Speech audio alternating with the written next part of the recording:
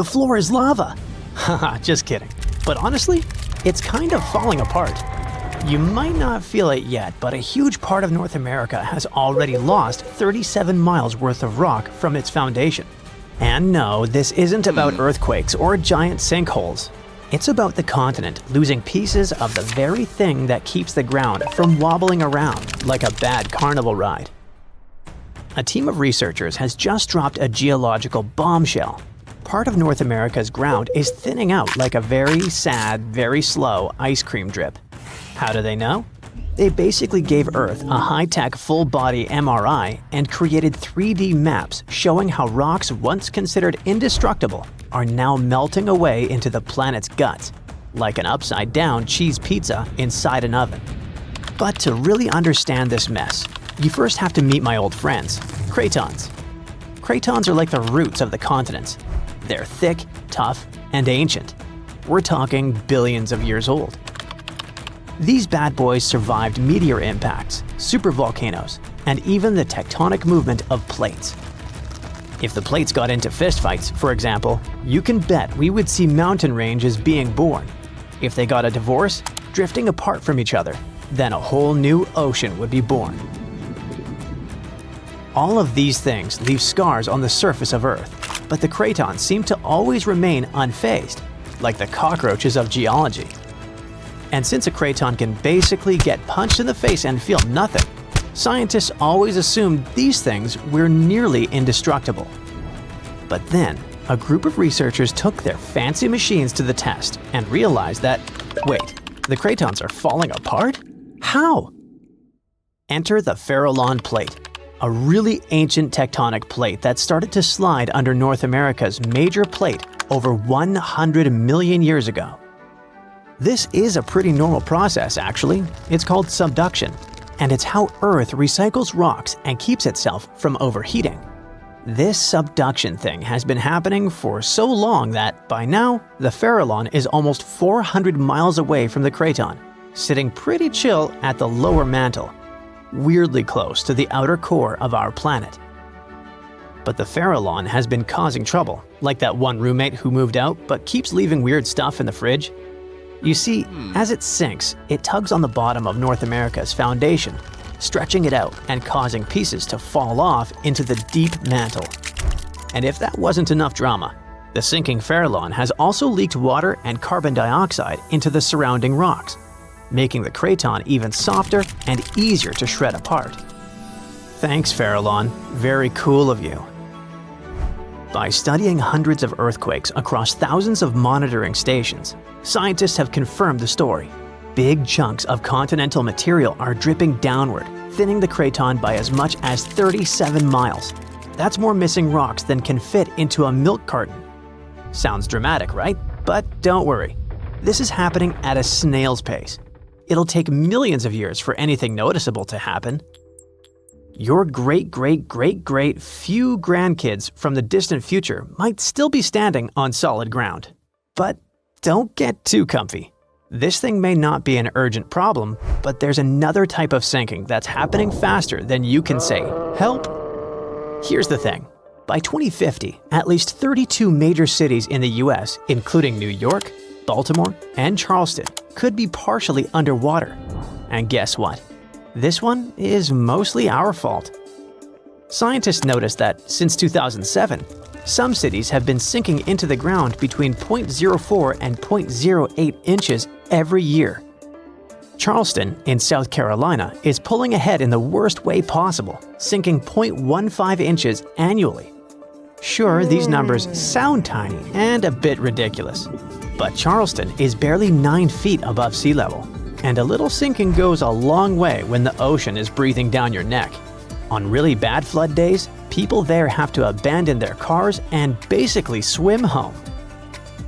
This whole phenomenon is called land subsidence, and when you mix sinking land with rising sea levels, you get a disaster cocktail of flooded streets, salty farmland, ghost forests, and a lot of very cranky homeowners. And it doesn't stop with just homes. Infrastructure like bridges, roads, airports, and power plants, all things we rely on daily, are also at risk of serious damage. Flooded electrical grids and sunken highways could cause billions more in economic losses and create major safety hazards for communities.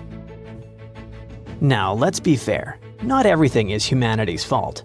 Some of this trouble dates all the way back to the Ice Age. About 12,000 years ago, massive ice sheets covered the northern US. They were heavy, like seriously heavy. The weight pushed the land down, and when the ice melted, the ground didn't just pop back up like a trampoline. Instead, it started playing a weird game of geological seesaw. The places that were squished started rising, and the places that weren't got pulled down. This whole process, called glacial isostatic adjustment, try to say that 3 times fast. But of course, humans found a way to make it worse. Groundwater extraction is a major culprit. Think of it like pulling the stuff out of the mattress. After a while, the whole thing just sags. In places like California's Central Valley, the land is dropping by up to 8 inches a year because we keep pumping out water during droughts. In cities like New York, the problem isn't just water. Skyscrapers themselves are making it worse. Yep, turns out if you stack millions of tons of concrete and steel onto soft ground, it tends to flatten. And in case you're wondering, the total mass of New York City's buildings is around 1.68 trillion pounds. That's about the same as 3.5 million statues of liberty piled up. With so much weight concentrated over a relatively small area, the underlying soils have no choice but to compress over time. And if you thought it couldn't get messier, think again. We've been building dams, which stop rivers from delivering fresh sediment to coastal areas. That sediment is kind of like Mother Nature's way of fluffing the ground back up. Without it, coastal lands are compacting like an old sponge. Plus, when wetlands are drained for agriculture or construction, the peaty soil dries out and collapses. Honestly, it's like the ground just can't catch a break. Scientists also noticed that the areas that used to be lush wetlands are now among the fastest sinking spots in the country, especially along the Gulf Coast. Louisiana, for example, is losing about a football field of land because of this mix of subsidence and rising seas. So what's the endgame here for us regular people who just want to live above sea level? Well, it's not looking great. Ghost forests, which are basically drowned woodlands, are popping up. Farmland is turning salty and unusable. And even sunny day flooding, where streets flood without any rain, is becoming a thing. Yikes! Meanwhile, over on the West Coast, California is not exactly winning either. San Francisco and Los Angeles are both sinking, which means that rising sea levels could hit them twice as hard and twice as fast. In some places like the Palos Verdes Peninsula, the ground has been sinking so fast, people over there might as well live like moles. So, is America turning into the next Atlantis?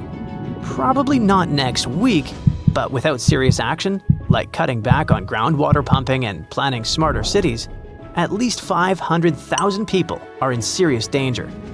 And the housing damage could easily rack up a jaw-dropping $109 billion by 2050.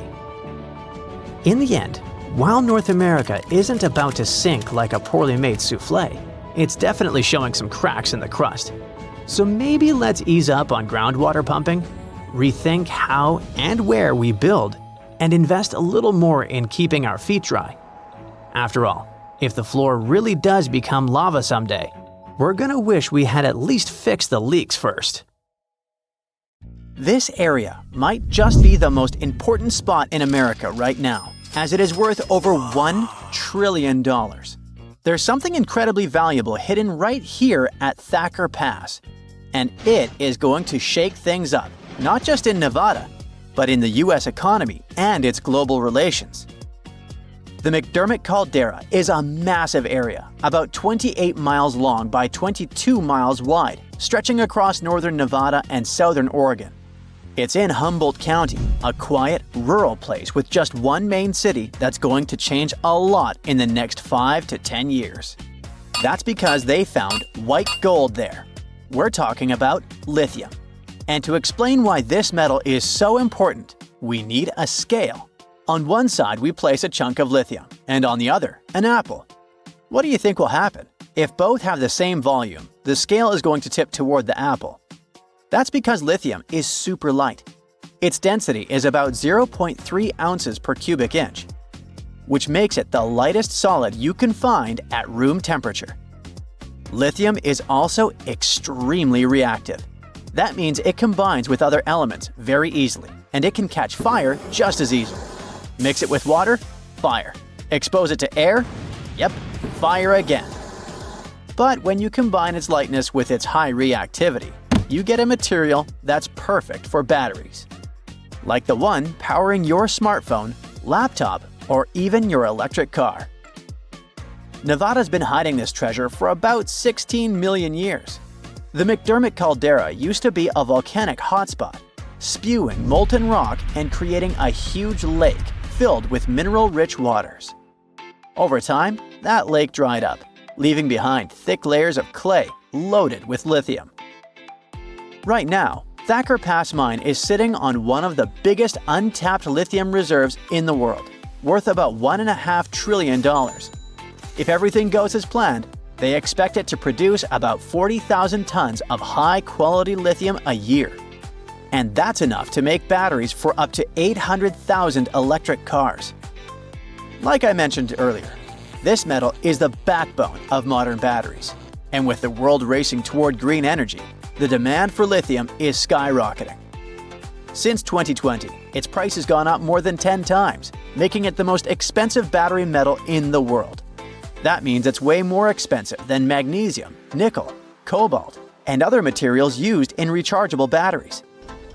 Right now, we're using about 1.16 million tons of lithium per year, and roughly 85% of it goes into making batteries, mostly for cars.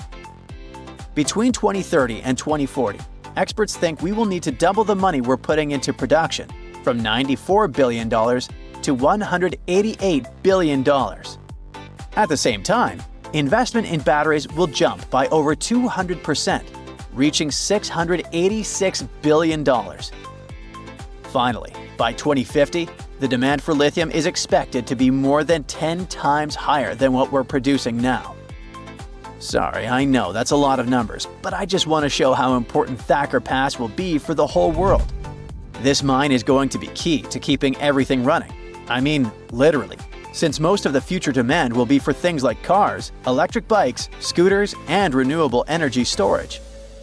Nevada could also be the epicenter of a global energy revolution, with the US aiming to cut pollution by 50% by 2030. A big part of that is replacing gas-powered vehicles with electric ones. And to make that happen, America is going to need a whole lot more lithium than it's producing right now. Nowadays, most of the metal used in the United States come from countries like Chile and Argentina. So if America wants to be a leader in this market, it really needs to invest more and more in projects like Thacker Pass. But there's another challenge. Finding lithium in a mine is one thing, but refining it is another story. Just like diamonds are carefully cut and shaped to bring out their sparkle and sold in rings and necklaces, something similar needs to be done with lithium. The raw material that comes from the mines has to be refined into a pure form that can actually be used in things like batteries. And China pretty much dominates this part of the market, and they're responsible for about 75% of global lithium-ion battery production. In other words, it doesn't matter if a country finds this powerful metal on its land. It will probably still need China to help refine it. So, the US is eager to strengthen its supply chain. In fact, they're so excited about this possibility that authorities have invested over $2 billion in loans into the Nevada project. Because of that, Thacker Pass could make the US a leader in lithium production worldwide. If their estimates are right, the McDermott caldera could hold nearly half of the world's known lithium reserves. It would almost double the reserves found in Bolivia's salt flats, for example, which used to hold the record for the world's largest deposit. This discovery is about to change Humboldt County for good. Those quiet streets surrounded by nature will never feel the same again. The mine will need about 2,000 workers, who will probably move there from other cities. Those workers will need houses, hospitals, schools for their kids, and all the necessary services. Do you see how it's like a ripple effect? For every person hired to work on the project during construction, 6 more people will get hired in the state to support them. Thacker Pass is also going to have a huge impact on the economy, not just in Nevada, but all across the country. People expect the mine to be active for 35 years, and each year it's expected to generate over $2 billion. But here's the thing. In Thacker Pass, they'll be extracting lithium from clay, and this process has never been done on such a huge scale before. So it's kind of a hit or miss. But if it works, it could completely change the industry. Big question. Who's interested in all this? Well, we've got 3 big companies eyeing the lithium market in the US. First, there's ExxonMobil. The oil giant wants to start producing lithium by 2027, and they have plans to become the top supplier for electric vehicles by 2030. Then there's General Motors, the company behind big car brands like Chevrolet and Cadillac. They're so interested in this business that they agreed to pay $625 million for a 38% stake in Thacker Pass. And finally, Tesla. In 2023, they started building a factory in Texas to process lithium. It's all part of their plan to handle more of their supply chain themselves. Now that you know how important lithium is, you might be wondering, what if we run out? Well, that could happen, since it comes from mining and, just like gold, is a finite resource. But that doesn't mean we'd have to give up smartphones or electric cars. If we ever run out of this metal, we'd probably find new ways to produce batteries. In fact, some experts think thermal batteries could be the next big thing. They store extra energy from renewable resources like wind or solar power, which are very cheap. So they represent a new way of storing energy at a small fraction of the cost. Nowadays, they're primarily used for powering the production of steel, cement, and chemicals. Thermal batteries are also being used to heat and cool large buildings. However, more and more projects are focusing on bringing this technology into private spaces, like houses and apartments. Experts are optimistic that initiatives like these could make thermal batteries as well known as electric batteries, and they might soon become a regular part of our daily lives. So it turns out that you can't drive between South America and North America, and there's a simple reason for that.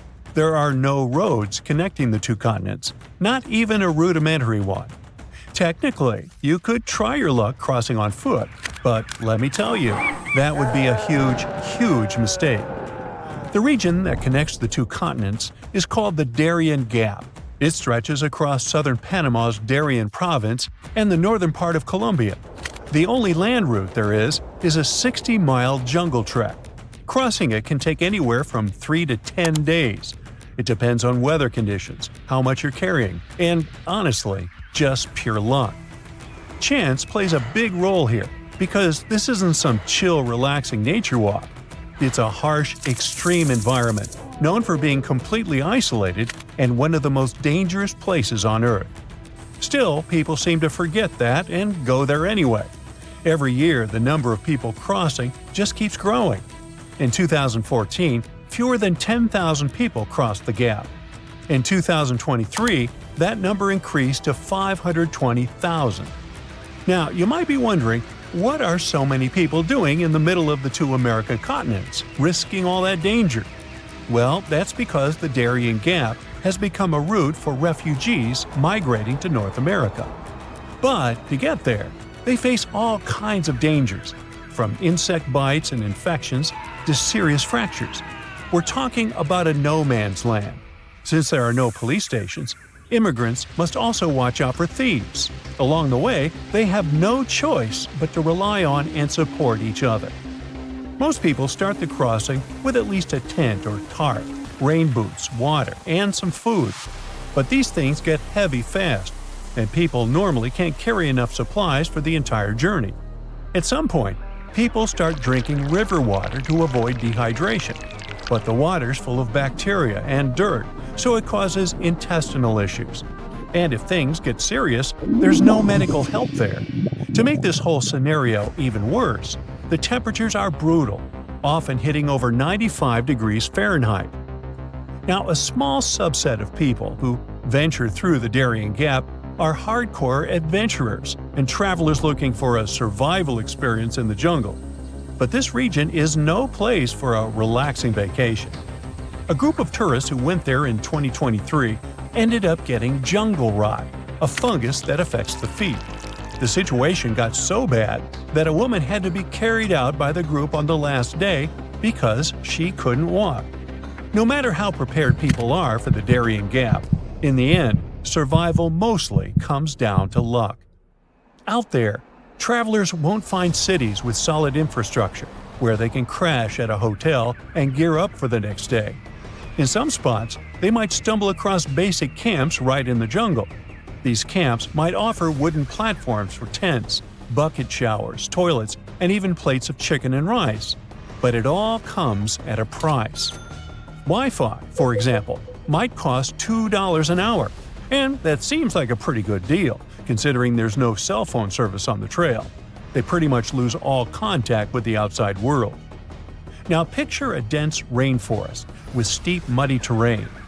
The hiking trail is littered with boulders and tangled with vines, like nature's own tripwires. It climbs sharply over a mountain, becoming a serious challenge even for someone in good physical shape. The area also gets constant heavy rainfall, which can lead to landslides, flash flooding, and extremely muddy conditions. The situation gets so intense that even the t-shirts and faces of those who make the crossing end up covered in mud. They'll also have to cross a lot of fast-moving rivers.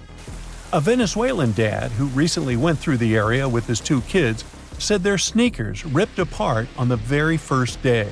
That's how powerful the rivers can be. And they're deep, too. Sometimes the water reaches all the way up to their shoulders. But the dangers in that area aren't recent. For centuries, the Darien Gap was thought to be impossible to cross. The first Europeans who ventured into Latin America saw it as kind of a jungle training school. They totally knew about its dangers, but still, many adventurers tried to make the crossing in the years that followed. In 1854, for example, an expedition disappeared for 49 days in the jungle, battling starvation and exhaustion. Then again, in 1870, a group of 100 men set out to cross it. Even though they were well prepared and carried cutting-edge equipment for the time, they still suffered tremendously during the journey. They had to rely on incredible resilience to survive the challenge. Over the years, people who ventured in often ended up passing away from hunger, thirst, and even drowning in rivers. They also faced the risk of being attacked by dangerous animals like jaguars, white-lipped pecaries, and the fer-de-lance, a fast, irritable snake that is one of the most venomous out there. The area is also swarming with mosquitoes, which can spread serious health problems. Leaning against trees to rest can also be risky. This jungle is full of spiked chunga palm trees, which are covered in long black spines up to 8 inches long. Unfortunately for us, these spines are covered in all sorts of bacteria. Just brush against a chunga, and you could end up with infected wounds. And yet another danger is getting lost in the dense forest and never finding your way back to safety. These days, though, this risk is a lot lower. Some people have mentioned color-coded markers that help guide travelers and keep them from going the wrong way. If they see blue or green fabric tied to trees, it means keep walking.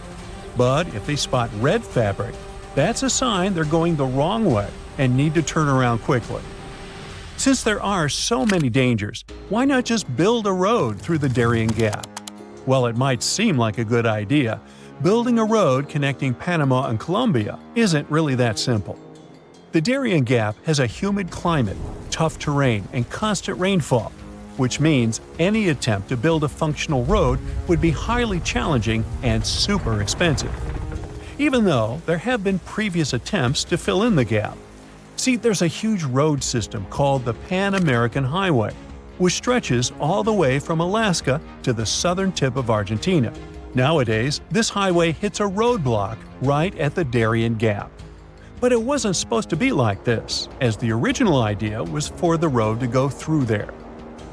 Leaders from Latin American countries tried to make this plan happen in the 70s, and then again in the 90s. But a lot of people were against it, mainly because they wanted to protect the local communities and the rainforest. Since the Darien Gap is mostly untouched by humans, it's one of the most biodiverse places on the planet. It's believed that 1 in 5 species are endemic to the region, meaning they only exist in that specific area, like the Darien pocket gopher and the slatty slender mouse opossum. A road would have really damaged the ecosystem in the area, so the plans were scrapped. Eventually, an alternative was created to travel by sea. At least 2 companies started a ferry service connecting the 2 countries. However, the business wasn't profitable, and they ended up shutting down. Not long ago, Panama decided to close the Darien Gap route. Now they're sealed off with barbed wire fencing. It might just be a matter of time before other routes are created. But if you are an adventurer looking to visit South America, it's probably not best to wait for that. Traveling by plane to Colombia will always be a much safer option. In 1994, the Sherman family bought a small ranch in the state of Utah, 150 miles southeast of Salt Lake City. A spacious house, beautiful nature, a starry sky. One night, Terry Sherman heard a strange noise coming from the outside. He went out of the house and saw a huge wolf. He had never seen a wolf of this size. Terry chased the animal away and ran after it, but the wolf's tracks were lost. It was as if it had disappeared into thin air. This was just one of the many creepy and strange cases that occurred at Skinwalker Ranch. The land where the farm is located used to be inhabited by the Ute people. In the past, they clashed with the Navajo, who, according to legend, sent skinwalkers on them. According to locals, a skinwalker is an evil witch who can take the form of any animal or human. There are rumors that skinwalkers still wander in this area. Perhaps the Sherman family saw one of them, but it's not that important. The fact is that the appearance of the huge wolf was just the beginning. Over the next 2 years, the family reported strange flashes of light, mysterious objects in the sky, crop circles, and mysterious voices that seemed to hover overhead. But the worst thing was the damage to livestock. The Sherman family, fortunately, acted contrary to all the cliches of horror movies. In 1996, they sold the cottage to Robert Bigelow, a man who had a lot of money and was interested in buying this particular ranch. But why? Because Robert Bigelow was a fan of strange, unusual phenomenon. He founded the National Institute for Discovery Science, or NIDSI, and the area where Skinwalker Ranch is located had been the center of attraction for creepy things. Since the 1950s, there have been hundreds of reports of mysterious objects in the sky in this region. And no, those are not your typical round flying saucers. People talked about different bright lights that took the form of doorways or portals. So, Robert Bigelow and his NIDSI reported on glowing figures and animal diseases. But over the years of research, they could not provide any reliable evidence of the existence of something extraordinary. People saw all those strange phenomena, but their equipment didn't catch anything. So it all looked like a big hoax. But in 2016, something interesting happened. Skinwalker Ranch was sold to an anonymous buyer. 4 years later, the new owner did something no one had done before.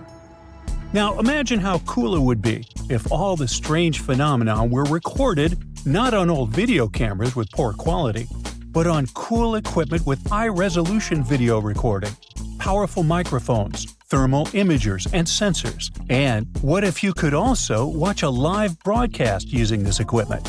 Well, that's exactly what the new rancher did. His name is Brandon Fugel, a real estate mogul from Utah. He not only bought the ranch, but also signed a contract with the History Channel to create a show, The Secret of Skinwalker Ranch. The point of this project is to apply a scientific approach to unexplained phenomena. To do this, he turned the ranch into a big reality show that's been running for 5 years. The first thing Brandon Fugel stated was that there would be no falsifications, fakes, or computer graphics.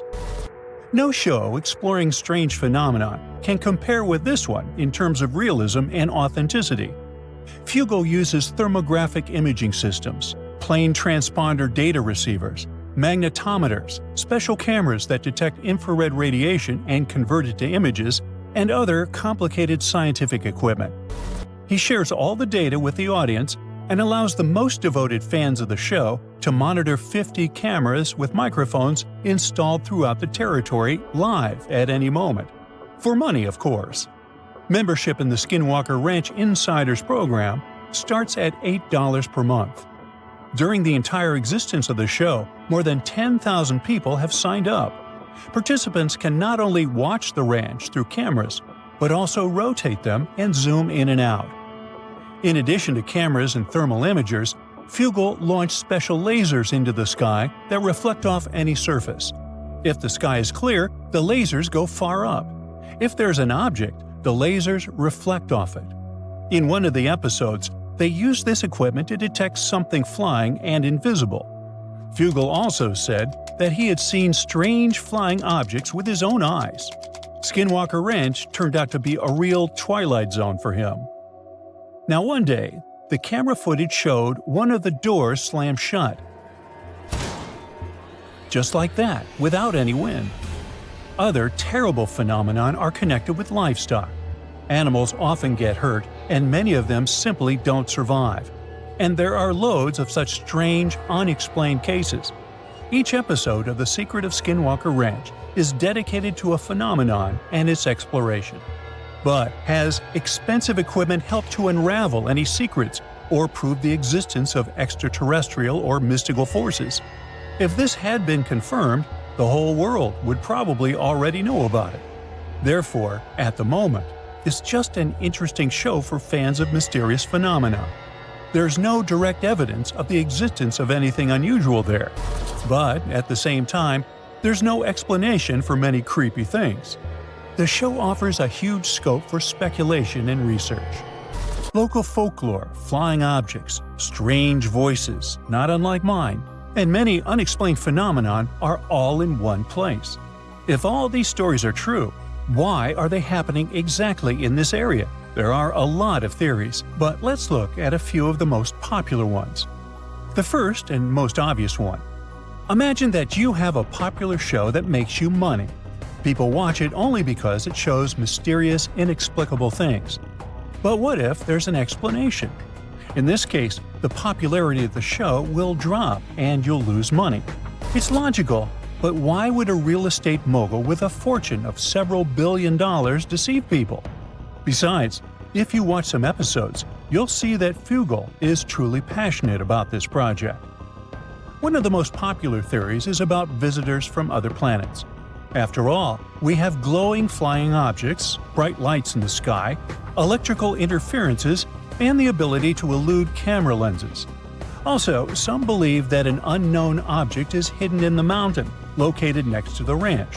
What if it's a spaceship that crashed there millions of years ago and was swallowed by the mountain? It may be emitting bizarre radiation that drives animals crazy and causes hallucinations in humans. A popular, but a rather banal version. Let's move on. The next theory is similar to the previous one, but instead of guests from another planet, it speaks about guests from another dimension. Ooh. Meet the multiverse version.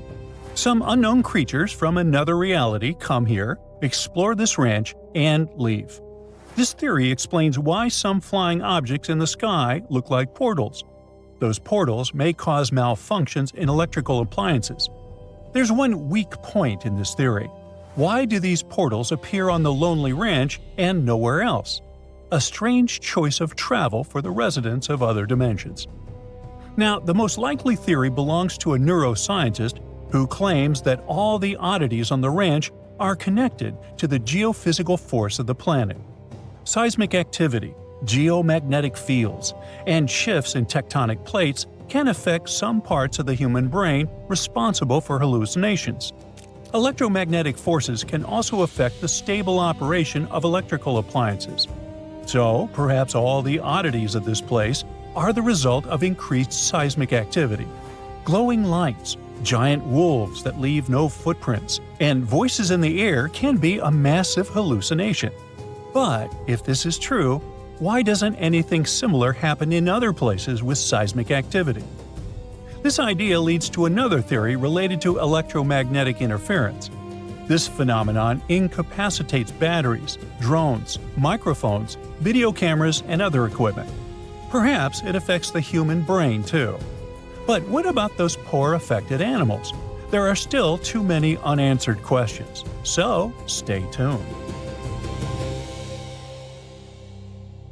There's an old volcano in Bolivia called Uturuncu. It hasn't erupted in about 250,000 years, so you may think that's the end of its story. But recently, it has started to act a little strangely. At the moment, it resembles a zombie that's waking up from a long nap. Uh-oh, is that kind of apocalypse nearing? Uturuncu is a huge mountain in the Andes that's almost 20,000 feet tall. It's called a stratovolcano, which means it's big, steep, and cone-shaped. These kinds of volcanoes are made from layers of lava, ash, and rocks. They can have terrifying, powerful, explosive eruptions because their lava is thick and traps gas inside. Think of it like a shaken-up soda that's ready to burst. Famous ones like Mount Vesuvius are just like Uturuncu. And do you remember about the tragic fate of Pompeii, completely destroyed during the eruption of Mount Vesuvius? Does something similar await Bolivia? Even though Uturuncu has been quiet for a long time, scientists have noticed that it's been letting out gas, rumbling with small earthquakes, and even making the ground around it bulge, kind of like it's stretching. So, people started wondering if it was getting ready to erupt again. Scientists decided to take a closer look at this situation and found out that liquid and gas moving around under the volcano is causing all this activity. It doesn't mean the volcano is definitely going to erupt, but it helps explain why it still seems alive. Let's dive into details. Since the 1990s, scientists have been using satellites and GPS to keep an eye on the ground around the Uturuncu volcano. At one point, they noticed something weird. The ground was rising in the middle and sinking around the edges, kind of like a sombrero hat. The middle part has been slowly going up for at least 50 years, by about 0.4 inches a year. It doesn't sound like a lot, but hold on. This strange shape, along with lots of tiny earthquakes and gas like carbon dioxide coming out of the volcano, made scientists think that there might be a giant blob of magma growing under the mountain. If that were true, it could mean only one scary thing. The volcano could be getting ready to erupt. Uturuncu sits on top of a huge underground pool of magma called the Altiplano Puna magma body. This pool is really big and really deep, stretching under parts of Bolivia, Chile, and Argentina. Scientists thought that magma from the APMB might be rising and collecting near the surface, which could lead to an eruption. But now, after studying more than 1,700 earthquakes and checking the rocks around the volcano, scientists have a new idea. Apparently, it's not magma rising up. Instead, hot fluids and gases are traveling up from the APMB through a narrow path shaped like a chimney. These gases, like steam and CO2, can get trapped under the top of the volcano, while salty water, brine, spreads out sideways into tiny cracks in the rocks. This moving gas and water can make the ground rise and fall and cause small quakes, without any magma getting close to the surface. So the good news is, Uturuncu probably isn't about to erupt. If it did happen, it would cause serious damage to nearby communities and even pose a threat to human lives. Lava flows could reach towns tens of miles away from the volcano, and volcanic ash could even spread across Bolivia, Argentina, and Chile. Luckily, even though the volcano is still alive and rumbling, it's not as dangerous as scientists once thought. This discovery might help scientists figure out if other volcanoes around the world are getting ready to erupt. Now, let's visit Alaska, where according to researchers, Mount Spur might erupt soon. It's letting out strange amounts of volcanic gases from the top and side vent, the very vent that last erupted in 1992. If it erupts again, it could cause problems for airplanes flying nearby and might send ash falling from the sky. The good news is that nobody lives close to it, so people are safe for now. But even though Mount Spur isn't super dangerous, there are other volcanoes around the world that could be really destructive. One of those is Campi Flegrei, a giant volcano system near the city of Naples. Instead of one big mountain, it has 24 craters spread across the area. It last erupted in 1538, but its biggest eruption happened about 40,000 years ago. That explosion covered the whole Mediterranean region in ash and made temperatures drop by up to 16.2 degrees Fahrenheit in Eastern Europe, which led to a very cold volcanic winter. If Campi Flegrei erupted again today, it could be very dangerous. It might cover Naples and nearby places in ash, causing earthquakes and landslides, and create air pollution and acid rain. Scientists are keeping an eye on it, especially after a 4.4 magnitude earthquake shook the area in March 2025. But the good news is there's no sign that magma is rising to the surface right now, which means an eruption isn't expected soon. Still, since Italy has a lot of volcanic activity, experts continue to watch it carefully. Mount Vesuvius is also in Italy and is one of the most famous volcanoes in the world. It's known for its huge eruption in 79 CE that buried the Roman cities of Pompeii and Herculaneum.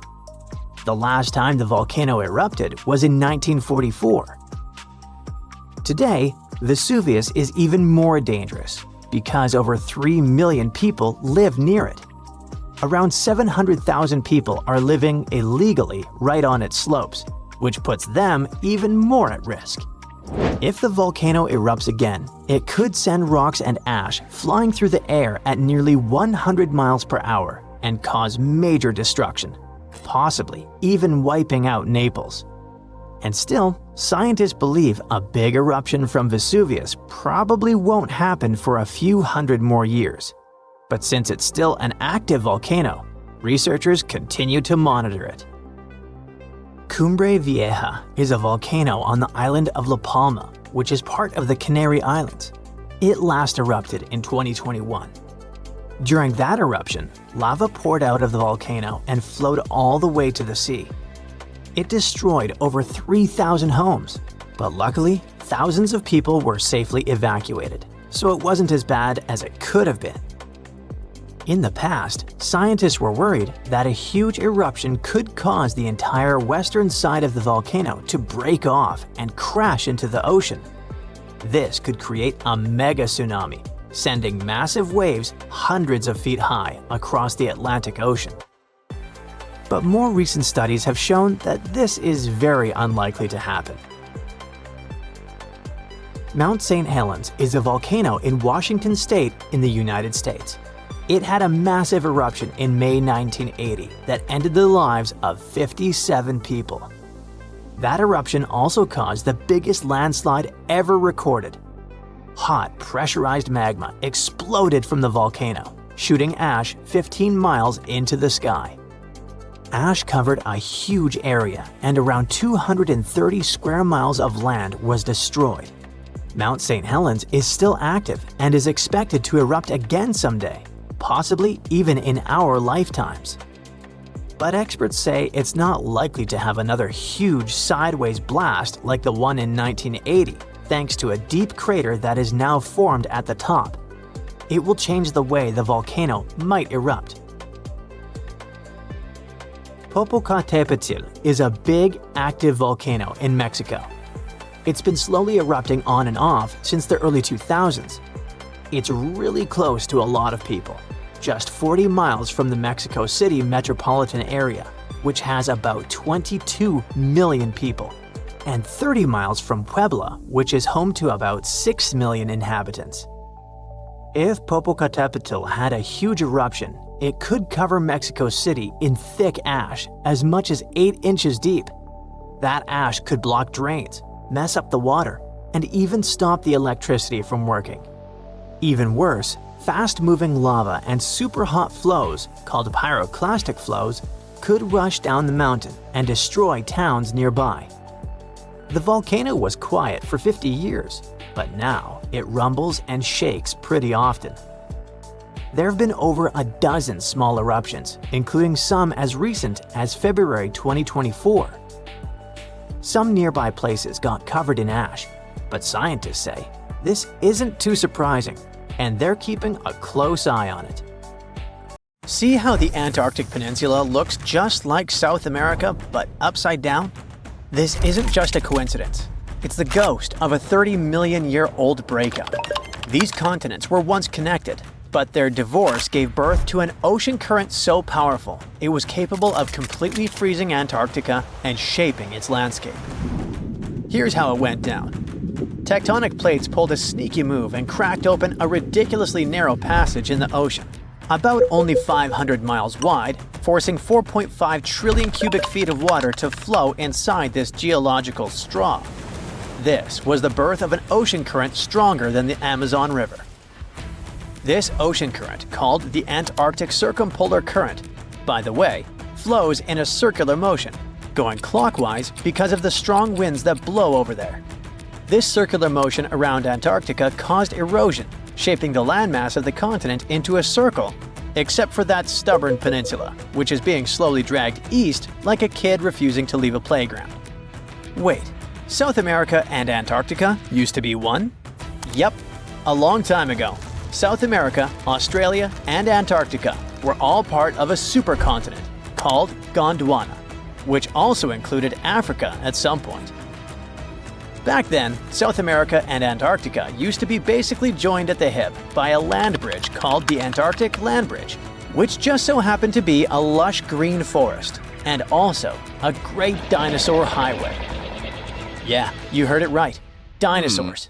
A 95-million-year-old dino, whose name I can't pronounce, sorry, was discovered in Australia, and scientists found out it had actually been a distant cousin of Argentina's Sarmientosaurus. Same jaw, same chiseled teeth, same everything. These guys were like identical twins, separated by an ocean. How?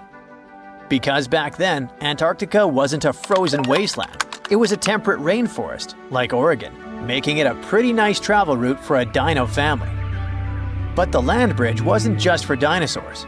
About 40 million years ago, the ancestors of Australia's marsupials waddled to the land down under all the way from South America, taking the Antarctica route, another proof that these continents used to be connected. Things remained somewhat peaceful for the dinos and the marsupials until Earth's ground started moving. This is what a German scientist called the Continental drift theory, back in 1912. Our German friend here basically looked at the coast of South America and went, "Hey, this looks like it could fit into the coast of Africa." Like a scientific Sherlock Holmes, he noticed what others had overlooked for centuries. The continents were clearly pieces of a larger puzzle. And he was right. Here's the deal. Planet Earth is made of many layers of rocks and metals, like a cosmic onion. The outermost layer, the lithosphere, is divided into pretty solid tectonic plates that move atop a layer of softer, somewhat molten rocks, like slippery ice. This is why the plates move. In fact, they've been rearranging Earth's face for billions of years, with supercontinents forming and breaking apart in cycles, like a slow-motion game of bumper cars. This movement might be pretty slow since most tectonic plates only move 0 to 3.9 inches every year, except for the Nazca plate, racing ahead at 7.8 inches, about as fast as your hair grows. But don't let their snail's pace fool you. These shifting slabs are the ultimate planet shapers. Their slow dance gives us everything from earthquakes that build mountains like the Himalayas, to rifts that birth oceans like the Atlantic. all because the oceanic crust is dense and sinks like a stone, while continental crust floats like a cork. It's this density difference that explains why continents exist at all. Without it, Earth would be completely covered by shallow seas. This slow-motion planetary renovation project is exactly what tore South America and Antarctica apart 30 million years ago. The plates under these continents started to drift apart in a process called crustal extension. It's like the lithosphere was pizza dough being slowly stretched until it thins and splits. As the crust stretched, it became thinner and weaker, eventually cracking like the surface of a drying lake bed. This whole thing gave birth to a new tectonic plate, the Scotia Plate, that emerged between South America and Antarctica, like a geological divorce lawyer. For a while, parts of this plate stayed above water as the last gasp of the Antarctic land bridge. It was Earth's version of that one thread still connecting your hoodie after the zipper breaks. These final connections might have persisted as chains of islands, but just like that fraying hoodie, the connection couldn't last forever. Eventually, this small but mighty plate became the final nail in the coffin of the land bridge connecting the two continents. Just like all the tectonic plates, this one was also on the move. As it expanded eastward, it opened a new passage of water called the Drake Passage, slowly covering the Antarctic land bridge with ocean water. The process was like pulling open elevator doors, at first just a crack, then wider and wider until the connection was completely broken. This geographical divorce had chilling consequences. The new Drake Passage allowed the Antarctic circumpolar current to form, creating an endless loop of cold water that isolated Antarctica, shaped its land, and even cooled the entire planet. This current acts like a wall around Antarctica, blocking warm water and invasive species while regulating global climate. Eventually, Antarctica turned into an icebox that is 98% covered in ice sheets, and that holds about 61% of Earth's fresh water. Nowadays, this continent holds the title of the windiest, driest, and iciest place on Earth. It's a frozen desert where temperatures plunge below -128.6 degrees Fahrenheit, cold enough to freeze your breath mid-air. A layer of ice there can be more than a mile thick, and it expands even further in winter to cover an area larger than the continental United States. Today, if you want to travel to Antarctica, the quickest sea route is through the Drake Passage, a 500-mile-wide body of water that is narrow enough for the winds to scream across thousands of miles, transforming into monstrous waves that can tower up to 49 feet, though calm days create waves only 13 to 16 feet high. Still twice as tall as Atlantic waves, mind you. This is probably why sailors call this stretch of ocean the Drake Shake. But tectonic movement isn't just about shifting continents. It's Earth's ultimate life support system. You see, about half of our planet's heat comes from radioactive decay in the core. Thanks, uranium-235. Something like nature's nuclear reactor. This heat is behind everything from volcanoes to the very plate motion that once connected Antarctica to South America. And it only comes out of the core because of tectonic movement. Without this internal heat engine, Earth would be just like Mars. When the plates move and release heat, they also release CO2 gases into the atmosphere, regulating the temperature of our planet. And when the plates move underwater, they take a lot of this CO2 back to Earth's interior, recycling all this gas. This is why the plates can change our air, climate, and even the evolution of life itself just by moving around. But billions of years ago, these plates were not moving around. Back then, it was like Earth was wearing a solid ceramic shell with many cracks. But even without tectonic movement, the heat managed to escape through these cracks in a process called stagnant lid tectonics, kickstarting all life on Earth. And no, tectonic movement is not a thing of the past. Earthquakes are the living proof that it is not just happening today, but might repeat again on a more dramatic scale in the future. You see, to form supercontinents like Pangaea, smaller megacontinents have to dive beneath another. And scientists predict that a similar process might create a new supercontinent called Pangaea Proxima in 250 million years. By then, humans might be extinct or living on Mars, but Earth's tectonic dance will continue, even without us. Not bad for something that moves more slowly than a traffic jam. Turns out, Antarctica and South America used to be BFFs before all that tectonic drama split them up, like a messy breakup that literally froze one of them out. Now, they just awkwardly mirror each other from across the Drake Passage. Classic exes. Consider South America and Africa. Don't they kind of look like they fit together, like puzzle pieces? Well, they actually did. But about 130 million years ago, South America was like, bye, and slowly started drifting away. These days, it's around 1,800 miles from Africa, and it's still on the move. Every year, the continent shifts a little more toward the Pacific Ocean. So, how's that even happening? Tectonic plates are constantly moving. That's what makes the Earth's surface shift over time, going from this to what we see today. But those movements happen so slowly that you and I can't see them go. So, no, Brazilians or Chileans aren't out there feeling their continent inching westward. But the numbers don't lie. South America is moving, and apparently all it wants is to get as far away as possible from this massive underwater mountain range called the Mid-Atlantic Ridge. But what exactly is pushing the land toward the Pacific Ocean? It is the heat inside our planet.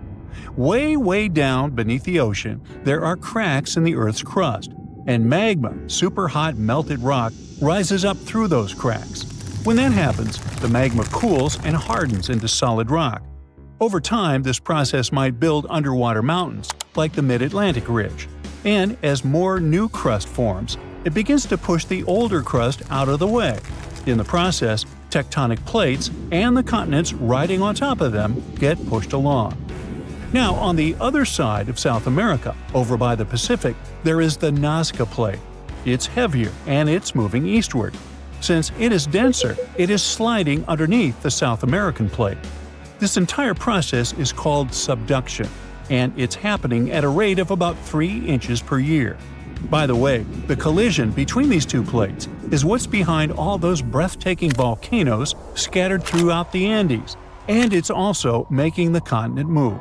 So, if everything goes according to plan, projections show that South America will end up more centered in the Pacific Ocean in the future.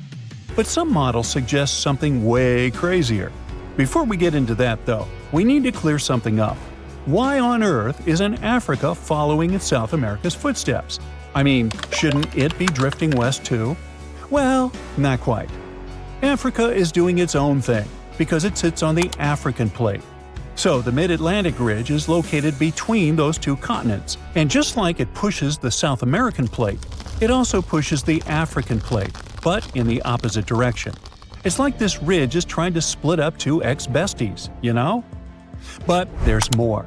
Africa is also being influenced by the East African Rift. That's one of those massive cracks we talked about earlier, but it's happening on land, which makes it extra dramatic. This is what's causing the continent to slowly split apart. It's a long story, but let's just say the rift is pulling Africa in more directions than South America ever had to deal with. Okay, now it is finally time to talk about that crazier thing that might happen to South America and everything around it in the future. Theory number 1. It could break away from North America. I know, super dramatic, but don't panic. We're talking hundreds of millions of years from now, and I won't be around. You see, both continents are moving in the same general direction, but at different speeds. The North American plate is cruising along at about 1 inch per year, while South America is moving a bit faster.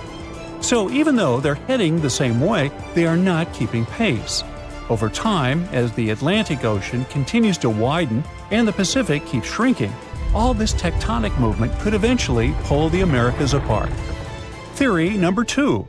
Marine life could go through some major changes. Right now, the Americas act as kind of a giant wall between the Atlantic and Pacific Oceans. Because of that, sea animals have evolved differently on each side. Take the green sea turtle, for example. The ones living in the Atlantic tend to be bigger and lighter in color. Meanwhile, their Pacific cousins are usually smaller and darker. But if, one day, there is no land blocking these two populations from mixing, they would end up with brand new migration routes, new nesting spots, and a lot more overlap in their territories. Now, multiply that scenario by hundreds of other species, and things could really get shaken up. We're talking about new interactions, unexpected competition, and maybe even the rise of entirely new species. Alright, theory number 3. America might meet Africa again. Right now, the Mid-Atlantic Ridge is busy creating a new seafloor, and because of that, the Atlantic Ocean is slowly getting wider. But in about 125 million years, scientists believe that process could come to a stop. Instead of the seafloor spreading apart, the ocean floor might start getting pulled under the continents. When that happens, the Atlantic will stop growing and start shrinking. And the water section between South America and Africa is likely to be the first part pulled beneath the land. That means the Americas and Africa could meet again. And when that happens, border countries could turn into super shaky places, with earthquakes happening all the time and brand new volcanoes popping up left and right. The eastern United States would no longer be known for the peaceful green slopes of the Appalachians, but for snow-covered giants that occasionally spew lava and ash, more like the Cascade Range out west. Countries would end up with totally new neighbors. Brazil might line up with Nigeria and Cameroon. Uruguay could be sitting right next to Angola, and Argentina might be sharing a border with South Africa. So if these two continents really do merge, how intense would that be? Well, for starters, this new supercontinent would instantly become the biggest one on Earth, about 1.5 times the size of Asia. And chances are, a brand new mountain range would form right where the continents meet, creating a natural border between nations. Being part of the same massive continent could make a lot of things way easier. For one, tourism could totally take off. People traveling between countries by land without needing pricey plane tickets could be a game changer. But it wouldn't stop there. Other types of economic activity could get a major boost too. Now on one side we have South America, which already produces and sells a wide variety of foods, from wheat to bananas, beef, cocoa, soybeans, hey, you name it. On the other side, there is Africa, exporting things like textiles and clothing. That alone would make them a super powerful bloc when it comes to trading raw goods. But can you name another important thing these two continents have in common? Yep, petroleum. Countries in South America, like Brazil, Venezuela, and Colombia, are major oil exporters.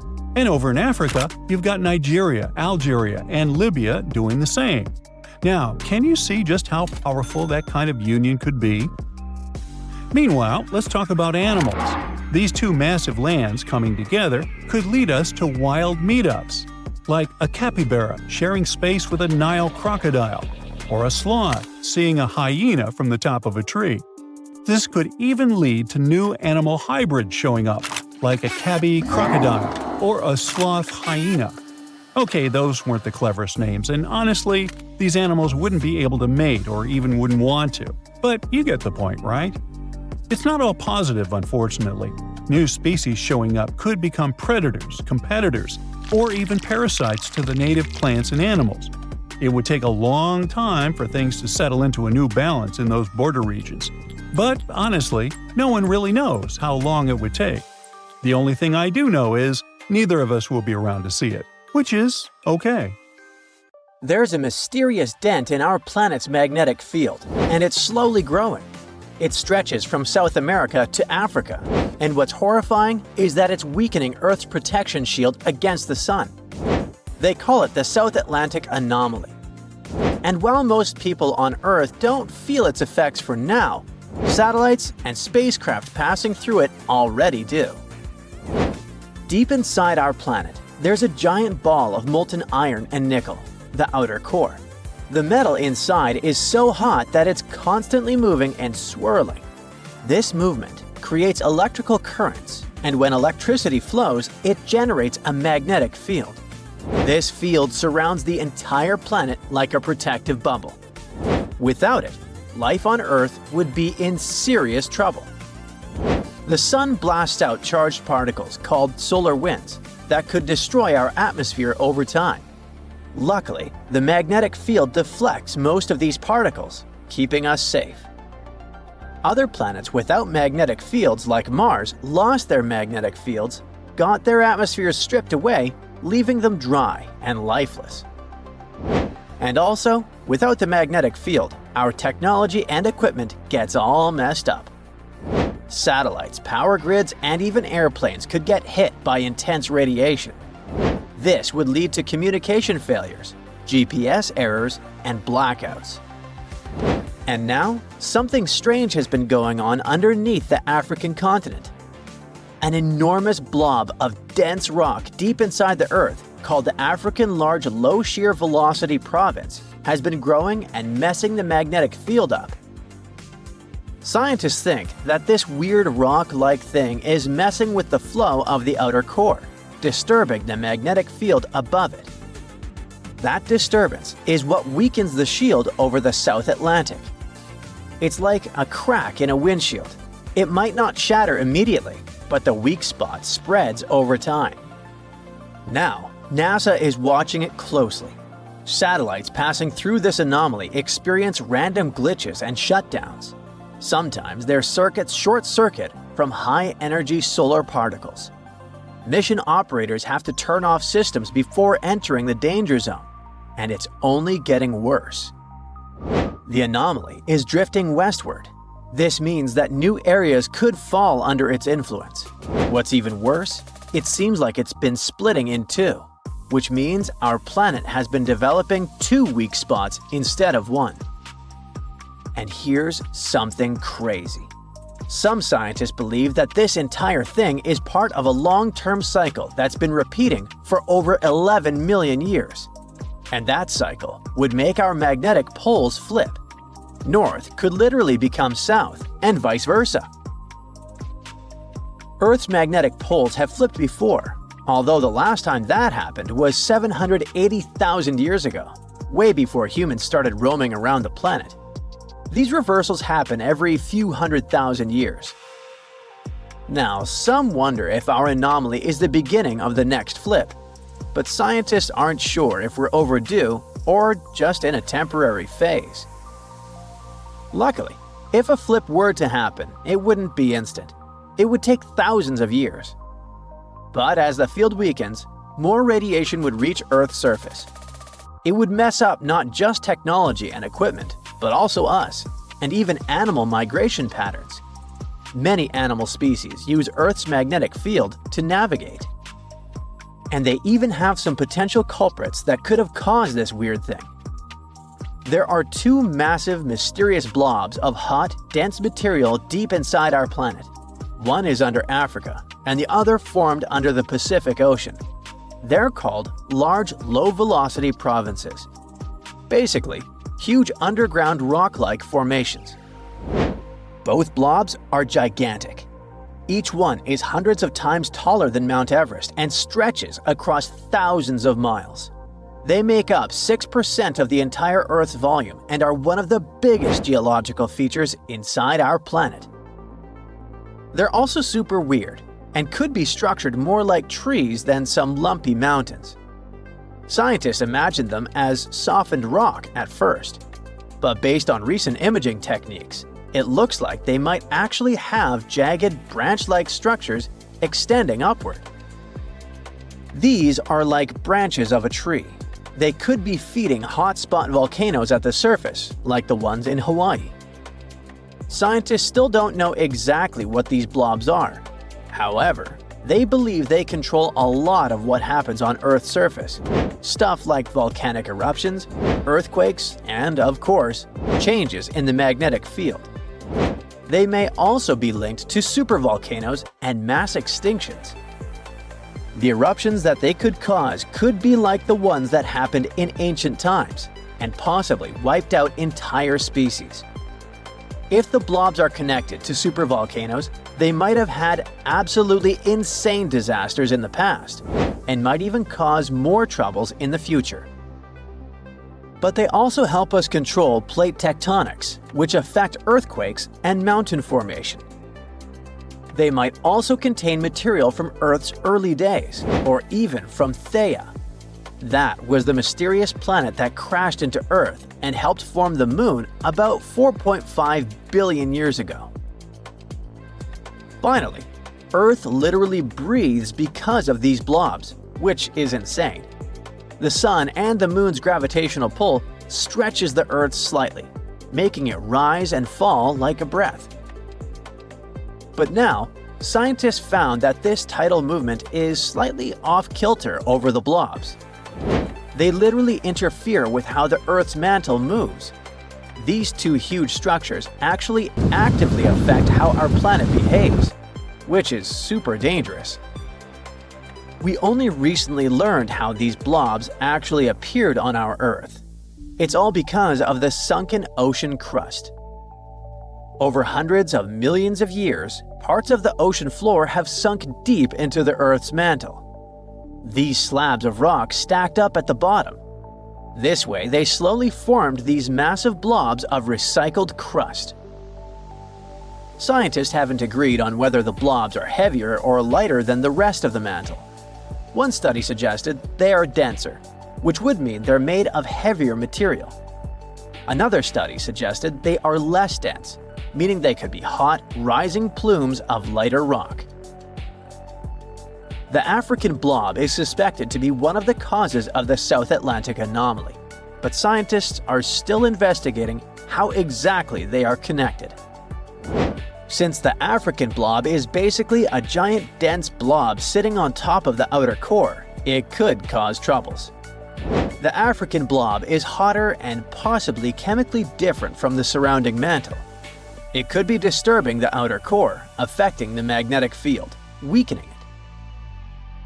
Another crazy thing is that they might contain an ocean of water locked inside their minerals.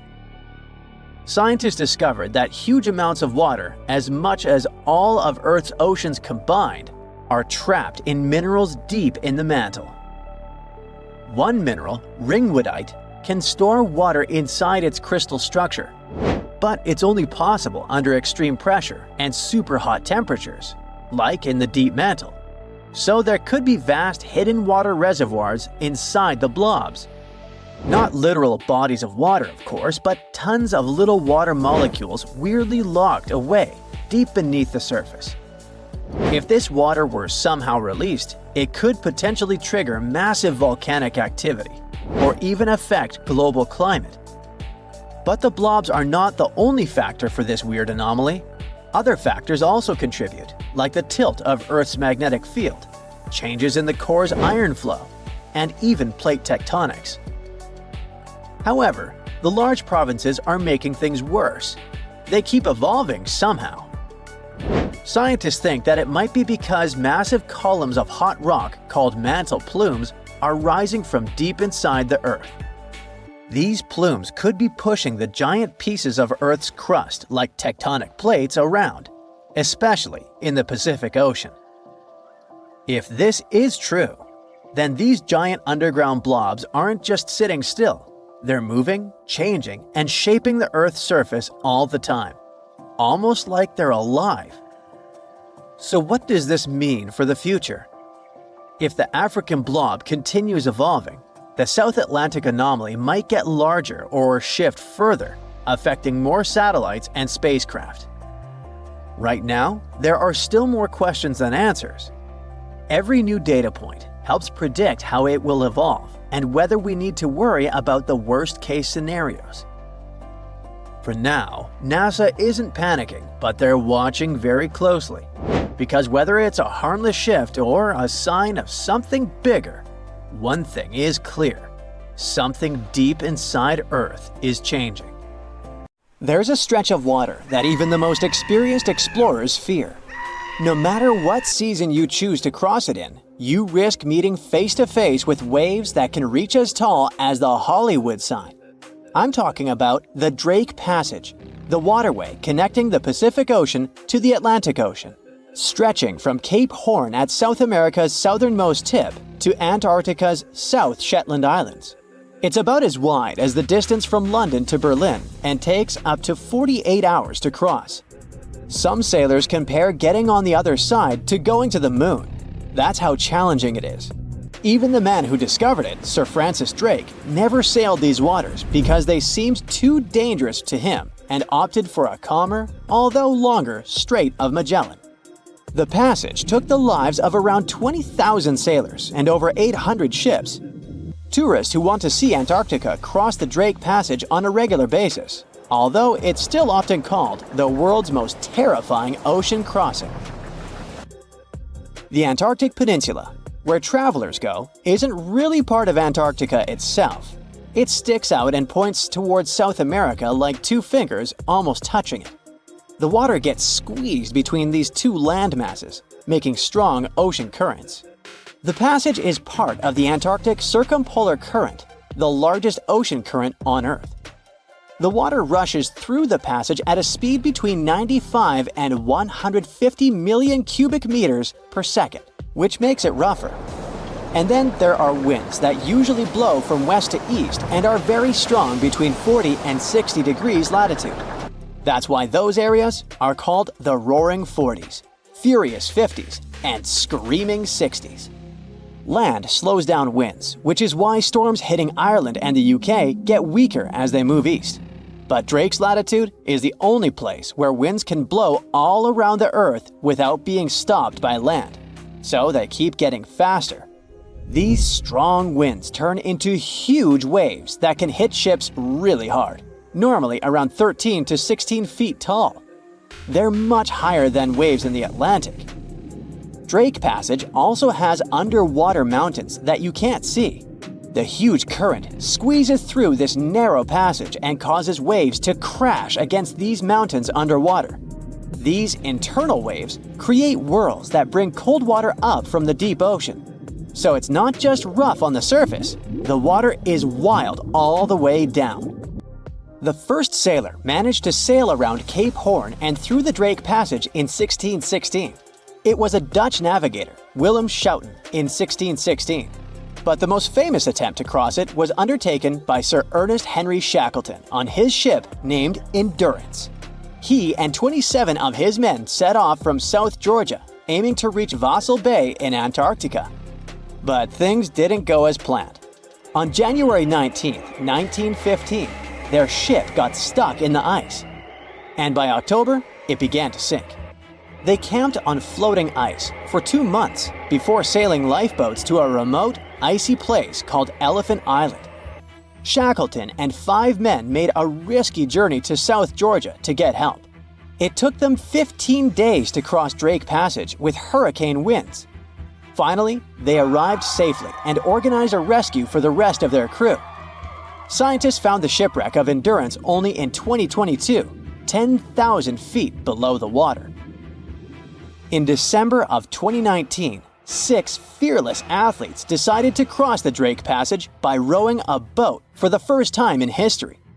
It took them 12 days of non-stop rowing with a 90-minute rotation of rowers. They managed to do it, and it was probably the hardest possible way to cross the passage. The athletes mentioned it was cold, wet, and dirty, and the waves hit them like walls. The weather in the Drake Passage changes a lot, but ship captains can always see it coming and change their path. They will move the departure time to have a safety margin and not to get stuck in the middle of the passage in the worst possible conditions. Sometimes, the journey will be smooth and calm, and they call it Drake Lake. Other times, people on the ship will feel rough waves, which is called Drake Shake. Some experienced captains who often cross the passage say that the Drake Lake effect happens once in every 10 crossings, and they see the Drake Shake once or twice in every 10 journeys. A schooner or a kayak will probably not survive the journey among giant waves, but modest vessels and cruise ships have sturdy hulls and advanced stabilizing mechanisms. So, the journey isn't that dangerous anymore, but still, it's quite an adventure, especially if you're seasick. If you don't feel like risking it but want to travel from the Pacific Ocean to the Atlantic Ocean by water the fast way, the Panama Canal is waiting for you. People first started thinking about making a water path across Panama in the 16th century. Back then, a Spanish explorer found out that only a thin piece of land separated the two oceans. But it seemed impossible to build it because of the mountains and thick jungle, so the idea had to wait a couple of centuries. Finally, in 1880, France, led by the man who built the Suez Canal in Egypt, tried to make the canal. But the people who started the construction soon found out it was much harder than it looked on a map. The land in Panama was one of the toughest and most dangerous places to dig a big waterway. Workers had to literally move huge mountains in a jungle full of snakes, where it was really hot and rainy. During the wet season, heavy rain turned rivers into wild rapids and soaked the workers. Sometimes, they didn't see the sun for 2 weeks, and their clothes stayed wet all the time. Big rocks were falling, and tiny mosquitoes that carried malaria made people very sick. And then, an earthquake happened on top of everything. They were losing thousands of people. That's why France decided to abandon the project after 7 years. Then, the United States bought the French assets in the canal zone and finished it by 1914. It cost the US around $375 million. The 50-mile-long passage of water saves ships traveling between New York and San Francisco 7,872 miles. Around 14,000 ships use it every year and pay around $1.8 million in tolls. So it looks like it all paid off. Another challenging waterway in this part of the world is the Amazon River. It's around 4,300 miles long and flows through 3 countries with over 30 million people living in its basin. But there isn't a single bridge across it. The river has many marshes and soft soils, so engineers would need to build very long bridges and very deep foundations, which costs a lot of money. Building bridges over deep water is tough, but in other places in the world, engineers can use things like floating platforms to help. The river's path and water levels change a lot during the year. During the dry season from June to November, the river is usually 2 to 6 miles wide. But in the wet season from December to April, the river can become as wide as 30 miles. And the water level can rise by 50 feet. That's why they can't build floating bridges or pontoons. The riverbanks are made of soft dirt that moves and erodes with the seasons, and it makes things even harder. It would have to be an absolutely unique project to overcome all these challenges. Luckily, there's no pressing need for a bridge across the Amazon right now. The river mostly goes through areas that are sparsely populated, so there aren't so many major roads to be connected by bridges. Humans are at the top of the food chain, but despite this, some creatures cause us a lot of trouble, and we can't do anything about them. Look at these flies with red eyes and blue-green bodies. These are some farmers' worst nightmare in the United States of America. Meet the New World screwworm flies. These little troublemakers have been munching on livestock from Florida to California for centuries, racking up some serious damage to the agricultural scene. To combat these pesky flies, the U.S. Department of Agriculture dropped a whopping 15 million sterile screwworm larvae from helicopters along the Panama-Colombia border. There's even a factory in Panama cranking out these sterile larvae like it's factory-fresh fruit. This action sounds weird, but it makes a lot of sense. The thing is, female flies only get one shot at mating in their entire lives. So if they happen to mate with a sterile dude, that's it. No offspring, ever. This clever trick means healthy screwworms can't reproduce when surrounded by sterile pals, which keeps their numbers in check. But how do we make these male flies sterile in the first place? Simple. A little radiation zap does the trick. You throw a bunch of flies in a lab, give them a quick spin through an X-ray machine, and then drop them from a helicopter into the wild, where their relatives are hanging out. If screwworms start making a comeback, inspectors hop on ATVs and cruise thousands of miles to hunt down any infected animals and stop the spread. There's no magic trick to wipe out these parasites completely, but the game plan is clear. Keep the sterile fly drops coming and stay one step ahead of these pesky little critters. Do you know why it's too dangerous to move animals from one habitat to another? There's a possibility that they won't encounter predators in the new area and will become an invasive species that will provoke an ecological disaster. Here's a simple example. In the 30s in the 20th century, farmers from Australia faced a serious problem. cane beetles were spoiling sugarcane in the northern part of the country. Insects devoured a huge amount of the harvest, and people couldn't stop it. They didn't want to spoil the cane with poisonous pesticides, so they brought a group of cane toads from South America in the hope that the toads would eat the pests. But when these toads found themselves in the reed fields, they couldn't reach the bugs, as they lived on tall reeds. The toads just couldn't jump at such height and get the pests. So instead of beetles, they began to eat other insects. Amphibians started multiplying at a tremendous rate. The female cane toad can lay about 30,000 eggs at a time. After 3 days, small tadpoles hatch from the eggs. They swim in the water for 20 weeks and then turn into grown-up toads that live from 5 to 10 years. Millions of jumping animals began taking over the entire northern part of the continent, destroying all the biodiversity around. Leaves, grass, insects, carrion. Toads ate all this and didn't leave food for other animals. The problem was that the toads turned out to be very hardy creatures. Heat, cold, rain, droughts, they can breed anywhere and nothing can stop them. But what about other animals? Australia is full of alligators, big birds, and other creatures that would love to feast on croaking amphibians. Yes, it's true. But any animal that tried to eat these toads didn't survive. The problem is that cane toads are venomous. There are special glands behind their eyes that produce strong toxins that cause serious health problems in any animal. Some farmers saw birds falling from the sky after they had swallowed these amphibians. More than 80 years have passed since farmers brought 100 cane toads to Australia. Now, there are about 1.5 billion of them. They have already covered 386,000 square miles, which is about the same area as the states of Texas and Oklahoma combined. And so far, scientists and biologists haven't come up with an effective way to deal with them. People tried to catch them, but it was useless. Even if you catch 98 toads out of 100 next to a small pond, the 2 remaining toads can produce 30,000 eggs per night. Nature may be able to restore balance when some animals with immunity to toad toxins appear in Australia. But at the moment, cane toads are unstoppable. How can we stop the uncontrolled population of mosquitoes that are dangerous to humans? The correct answer is to create 735 million genetically modified mosquitoes and mix these 2 groups.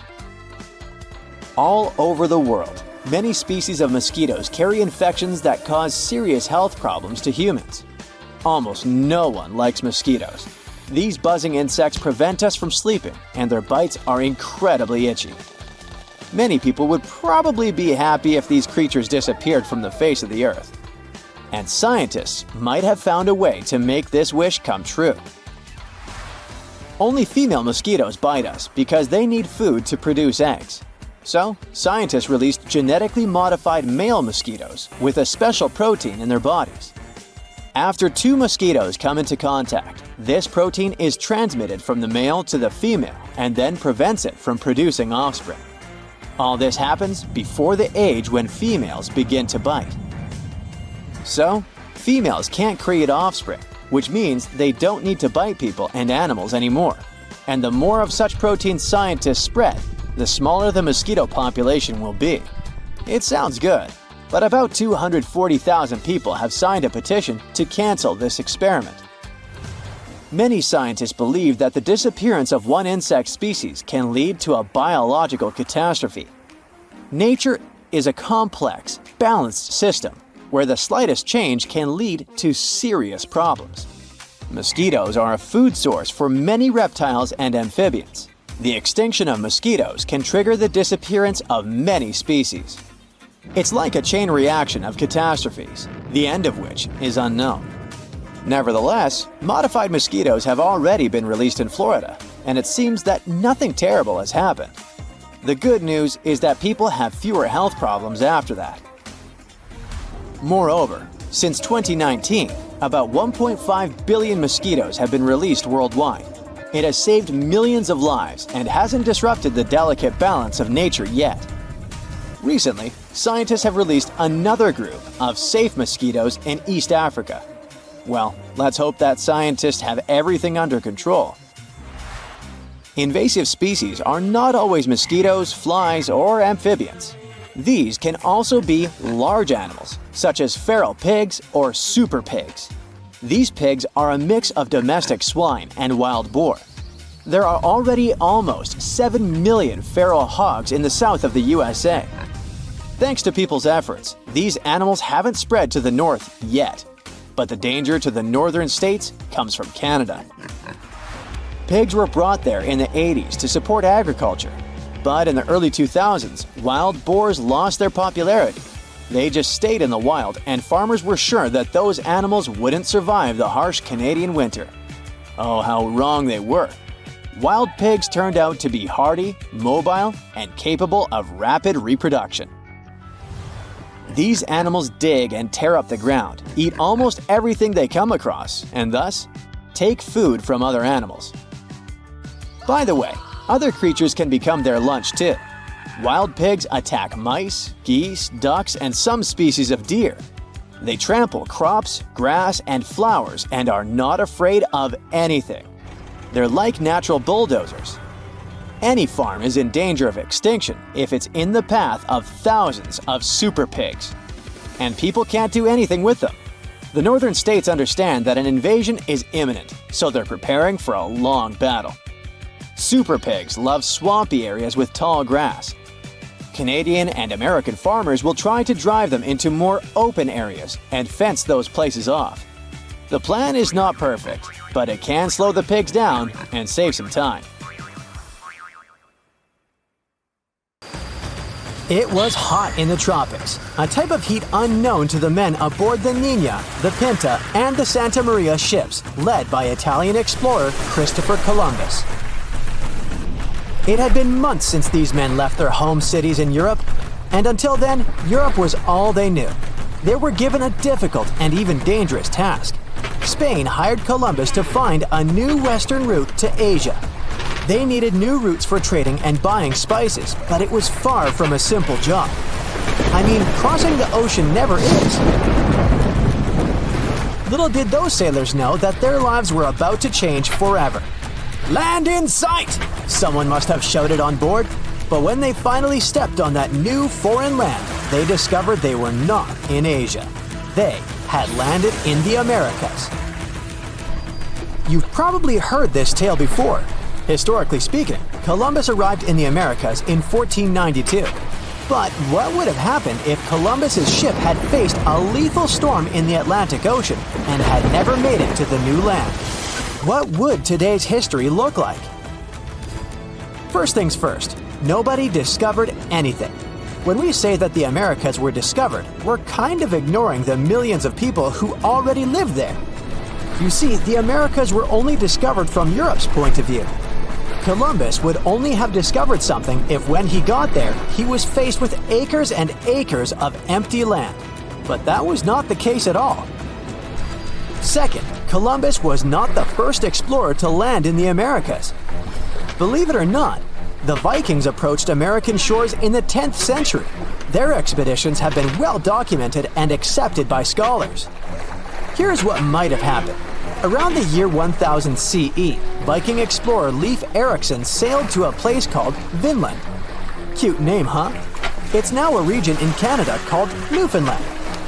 But his crew didn't stay too long. They arrived to find 10 Native Americans napping under their overturned canoes. They attempted some trade, but I'm guessing the Vikings weren't too friendly and the Americans didn't really like them.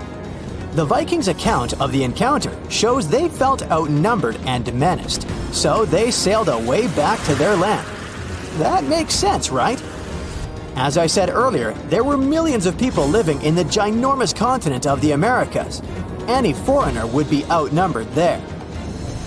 Now take a look at what North America looked like before our buddy Chris got there. It was not divided into the normal states we're used to. And if Columbus had never arrived, the United States would probably never have been united to begin with. After all, there were hundreds of first Americans living in these lands, and they lived amongst their own tribes, quite different from the Europeans.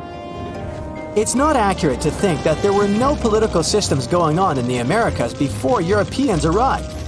We just need to understand that they were different from what we're used to today. When Europeans arrived, they imported their belief systems with them, from religious beliefs and language systems to things as simple as clothing habits. If the Americas had developed on their own, maybe their sense of fashion would be completely different today. You see, Europeans had a developed sense of fashion by the time they arrived in the West. They wore things such as this and this. But those don't really work in the tropics, do they? For them, fashion had to do with showing a certain economic status, while in the Americas, that didn't exist. For Native Americans, clothing was mainly functional and related to the weather. In warmer climates, Native people would wear short-like cloths to cover their intimate parts. They would walk bare-chested and use shoes known as moccasins. Yes, similar to the moccasins you probably own. In colder climates, they would resort to using leather and fur parkas. Of course, there was always the special clothing used for ceremonial purposes. So I'm guessing that if Columbus never reached the Americas, brands such as the Gap, Hollister, and Forever 21 would have never existed. But we could live with that, couldn't we? Here's a wild thought. Let's say that by the 1700s, Native Americans had developed complex engineering skills. They built big boats, maybe a bit smaller in size than the traditional European ships, and decided to venture across the ocean. Let's say they were the ones who arrived on European shores, in places such as Spain and Portugal. They carried gifts and goods with them for trading, of course. This was also a common practice amongst them back home, known as potlatch. Sure, they were received with suspicion by the Europeans, who had only ever traded with Asia. But with this inverted encounter, a different type of relationship began between Native Americans and Europeans. Since Europeans didn't claim ownership of the Americas, the people from the so-called New Land weren't considered inferior to them. Actually, they stood side by side as equals, each one with their own power and set of knowledge. Native Americans taught Europeans a new type of ruling system, a more decentralized one. So modern-day structures of government would look really different. Maybe Europeans decided that 4 years was a long time for someone to hold decision power, so they implemented smaller and more frequent elections. Oh, and the landscape of European cities also changed a lot. Instead of huge statues made of copper and bronze showing men in ships on their way to the Americas, the Europeans built totem poles in honor of their alliances with First Americans. In terms of medical and medicinal knowledge, they had a lot to exchange about.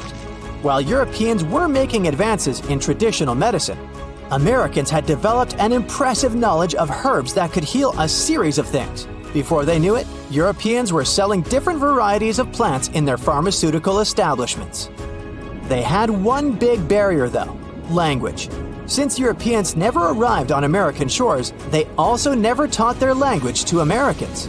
So maybe in this scenario, both cultures brought in their best linguists and tried creating a new language from scratch. Something that could be comprehensible from both perspectives and that could encompass both of their worldviews. The implications of this on modern-day life would be really profound if you stop to think about it. Let's say that this newly created language involved some symbols and drawings in it. You see, Native Americans often told stories using symbols known as pictograms. They were quite literal sometimes. As you can see, a mountain was represented by, well, a mountain. It's crazy to think that this system of communication has been around for 5,000 years, since it was actually invented by the Sumerians. And hey, maybe even our laptop keyboards would come equipped with these symbols, and you could write more visually hybrid and fun emails than the ones you write today. The American landscape would have also changed. You see, if neither Columbus nor any of the other European dudes that went after him reached the so-called New Land, Central and Latin American cities would look completely different than they do today. Maybe the bustling empires of the time, such as the Inca, the Maya, and the Aztec, would have grown immensely. To be fair, they were already pretty big by the time Europeans got there. Some pre-Columbian Maya cities were as big as medieval London and Paris in terms of population. But oh my, the Mayan Empire would have grown so much that it could have spread out all over of Central America. They could have developed their pyramid building craft up to the point that they managed to build an even larger pyramid than the Giza pyramid in Egypt. So tourists would come from all over the world to visit. And in South America, let's just say the region could have turned into a huge forest, bigger than the Amazon. The Inca could have spread through the Andes and then into the mainland. Places such as Brazil and Argentina never existed. But in their place, there would have been dreamy tropical settlements, which would have become a worldwide reference in sustainable living. Can you pronounce this name of the Aztec capital city? Yes, it's quite difficult to say in English and above my pay grade. Okay. It's Tenochtitlan. And Mayan cities are hard to pronounce too. Consider Jaxchilan. They must be part of the same language, right? Well, not really. The Aztecs and the Mayas were among the most famous Mesoamerican peoples. That's present-day Central America. But they didn't speak the same language, and they weren't even the same civilization. The two nations lived in different eras. The Aztecs dominated the region from the 14th to the 16th century. Back in Europe, this was near the end of the Middle Ages. The Mayas came before the Aztecs. Historians believe they started building city-states in the 3rd century. Their peak lasted until the 10th century. Now, this doesn't mean that the Mayas and the Aztecs didn't have contact with each other. But at the time this happened, the Mayas were on a decline, so the Aztecs traded more with their descendants than with real Mayan people. The two civilizations didn't even live in the same place. The Aztecs built their cities in the north of what is today Mexico. The Mayas lived to the south of them in the Yucatan Peninsula. Yes, that's also in Mexico nowadays. But the Mayas inhabited parts of modern-day Guatemala and Belize as well, and they spoke a number of languages. There's a whole Mayan language family they spoke, not just one language. Some of those languages have survived through today. Estimates show that there are 6 million indigenous Maya people groups spread across Central America. In Guatemala, there are 21 Maya languages recognized by the authorities. Further north, in Mexico, the number of official languages is 29. For the Aztecs, the situation is much simpler. They had a single language. It still has around 1.5 million native speakers, mostly in central Mexico. That's more than any other family of indigenous languages in the region. But is there a chance a speaker of Aztec languages can understand a speaker of the Maya language? Not by a long shot. The two languages are completely unrelated. In fact, they didn't even share the same writing systems. The Mayans were more advanced because they used hieroglyphs. Yep, like the ancient Egyptians. Instead of letters that make up words, ancient civilizations used tiny pictures to symbolize an object or a concept. When the Mayas wanted to write the word jaguar, for example, they would draw a small image of the animal. In total, their writing system had more than 800 characters like this one. Way too complicated compared to the modern way we write down words. But the Aztecs were one step behind the Mayas. They used pictograms and ideograms. Simply put, these are elaborate drawings that mark an object, animal, or concept. Compared to Mayan hieroglyphs, they aren't simple symbols anyone can draw, but true masterpieces of visual art. Only highly skilled painters could draw them. I don't say write because, technically, the Aztecs didn't have a writing system. So you could say that the Mayas were more advanced when it came to language. After all, they had the only known fully developed language in the Americas before the arrival of Europeans. But in terms of culture and economy, the two societies weren't that much different. Neither of them used work animals for agriculture and transport. The main crop for both peoples? You guessed it, corn. What they called maize. Christopher Columbus was the first to transport corn back to the Old Continent in 1493. The Mayans also cultivated sunflower, vanilla, and cotton. The Aztecs produced chili, beans, and squashes. When it comes to meat, the Aztecs were happy to catch fish and shrimp. The Mayans penned turkey, just like we do with chicken today. The Aztec society consisted of nobles and commoners, all led by an emperor. The Mayas mostly lived in independent city kingdoms, ruled by a king and his royal household. There were no wheeled vehicles in these civilizations. Aztec merchants traveled across Mesoamerica carrying goods on their backs. Not the most comfortable mode of transportation, definitely. We shouldn't think of Aztec roads as the ones we have today. They were narrower because they saw only foot traffic. Mayas used a similar road system that also included canoes. They wouldn't travel far from the coast, though. They carved out these vessels from large tree trunks. An average Mayan canoe was 50 feet long. That's the length of a modern-day yacht. The goods these Mayas traded ranged from salt to pearls. They considered meat a luxury good, together with gold, copper, and turquoise. And can you guess the currency of Mayan merchants? Let me give you a hint. It wasn't metal and paper like it is today, but cocoa beans. They had a fixed market price, which made them the ideal payment option. The situation in modern societies is not much different. Around 2/3 of all countries have pegged their currency to the US dollar. For Mesoamericans, cocoa beans were their green banknotes. The Aztecs used the same exact currency, but with a twist. They had something called axe money. One axe was worth 8,000 cacao seeds. I bet their exchange offices were fun places to work. When it comes to minerals, jade was highly esteemed in both cultures. The Mayas and the Aztecs made tools and ornaments from it. These peoples believed jade brought beauty and long life to the person who wore it. Their jade mines were located in present-day Guatemala. And remember that city from the beginning that we could hardly pronounce? The founding of the Aztec capital gives an insight into the belief system of the whole nation. According to legend, the Aztec deity told them to build a city in the place where an eagle sits on a cactus with a snake in its talons. They saw this happen on an island in a lake. This is where they built the city. If you want to find it on the map of Central America today, look for Mexico City. That's the site of an ancient Aztec capital. It even got its name from the ancient nation, because Mexica was an alternate name for the Aztecs. They constructed the city on small artificial islands. It was slightly bigger than the surface area of London Heathrow Airport. The Mayas didn't have a capital city as we know it today. Their civilization spanned across 40 cities. These settlements had a population of 5 to 50,000 inhabitants. Today, these sites could be classified in terms of size as small American towns. But the total number of Mayan cities is not final. Archaeologists keep discovering new ones deep in the jungle of the Yucatan Peninsula. Quite recently, researchers unearthed a new site in the southeast of Mexico.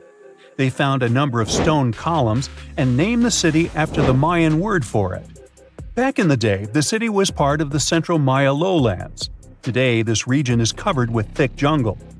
The Maya abandoned their settlements in this area around the 8th and the 9th century. Historians still cannot agree on why this happened. Some claim overpopulation was the main issue. Others argue the trade routes collapsed, so Mayan cities couldn't flourish anymore. Whatever the case, northern Mayan cities lived on. The descendants of these peoples were there when the Europeans stumbled upon them several centuries later.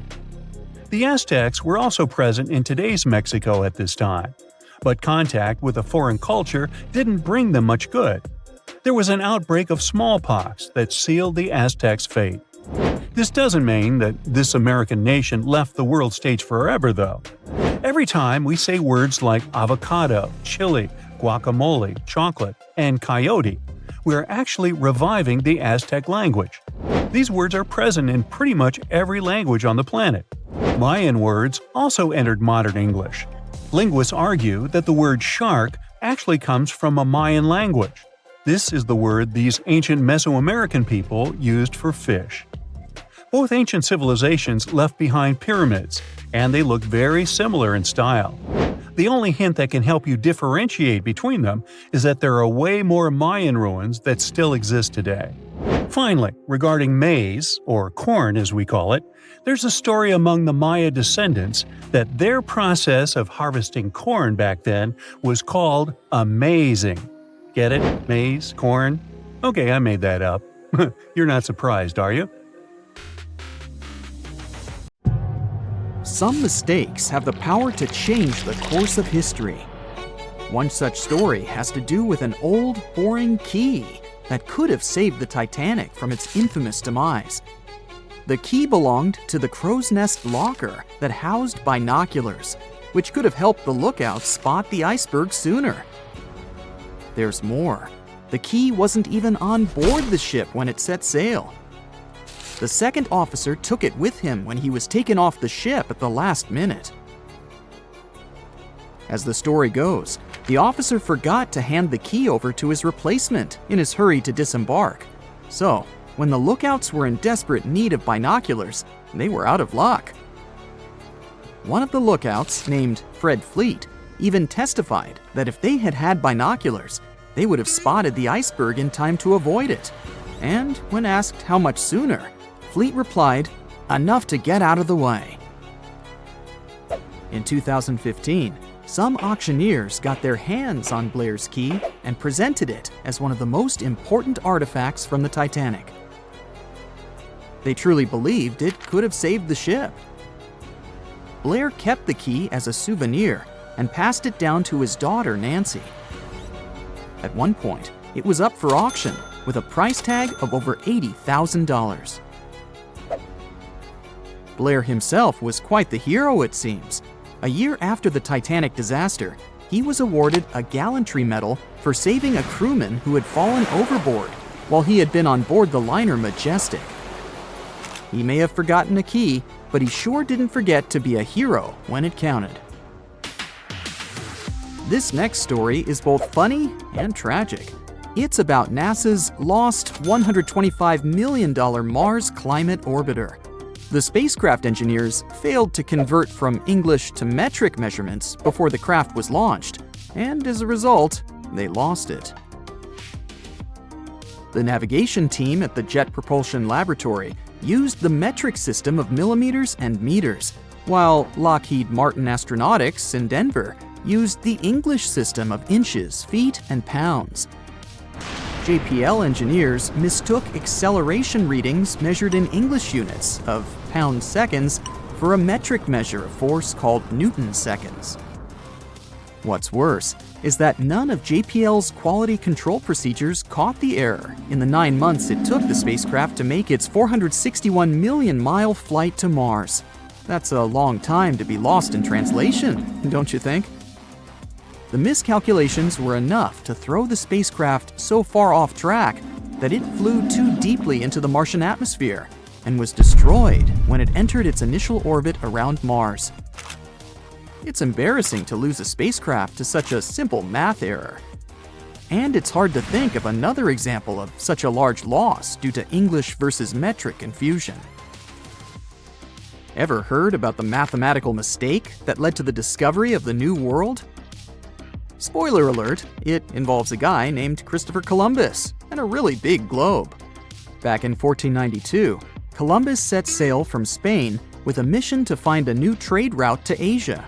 He was convinced that he was less than 3,000 miles away from Japan, and just a bit more sailing would get him to the Indies with all their tasty spices. The only problem was that Columbus was a bit off in his calculations, like way off.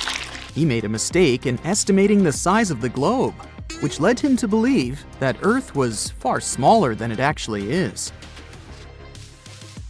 Now I know what you're thinking. Wasn't Columbus afraid that he would fall off the edge of the world? Contrary to popular myth, Columbus and his crew knew the Earth was a globe, just like the ancient Greeks did 2 millennia earlier. They weren't worried about falling off the edge, but rather about the size of the ocean they planned on crossing. And to make matters worse, Columbus had no idea that an unknown landmass existed between Spain and Asia. After weeks at sea, Columbus finally reached the Caribbean. He believed that he had landed on the outskirts of Asia, and so named the islands the West Indies. He went on to explore the Caribbean and the northern coast of South America. But here's where things get really interesting. Even though Columbus insisted until his last day that he had reached Asia, another Italian explorer named Amerigo Vespucci mapped the eastern shore of South America down to Brazil and proved conclusively that Columbus had actually discovered a whole new world. A German mapmaker saw Amerigo's maps and labeled the new landmass America, after him. And since his maps were super popular at the time, the name stuck. One man named Alexander Fleming stumbled upon one of the most significant medical discoveries of all time by accident. At one point in his career, Fleming observed the demise of many people from uncontrollable infections. Antiseptics were used to fight this, but they often did more harm than good. In 1922, while he had a cold himself, Fleming transferred some of his, nasal discharge to a petri dish and left it on his cluttered desk. When he finally examined it weeks later, he found that an enzyme had some antimicrobial properties.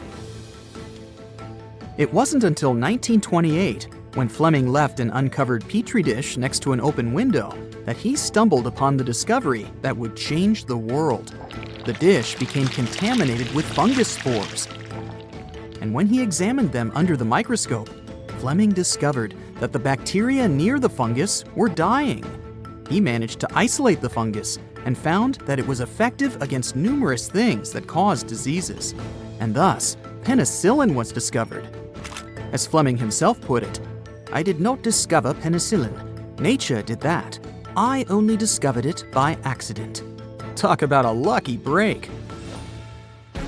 In the early 1520s, the east coast of the United States of America was a big mystery waiting to be solved. The Spanish found Florida, and the English and Portuguese found Newfoundland, but the area in between was like a blank spot on the map.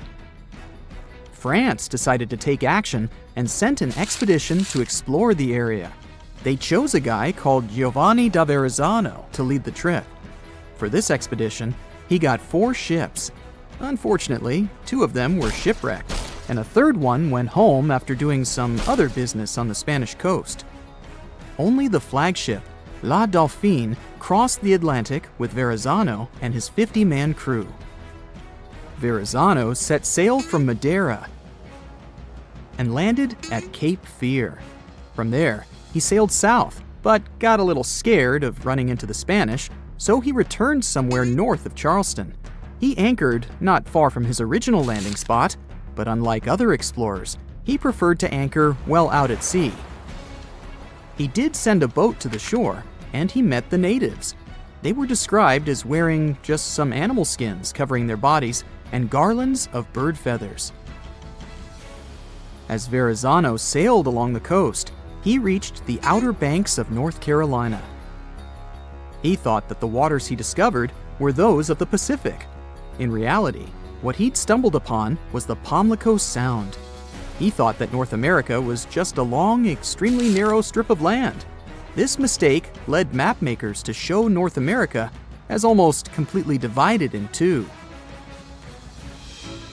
Moving on, Verrazzano reached a beautiful place that he called Arcadia, probably Kitty Hawk, North Carolina.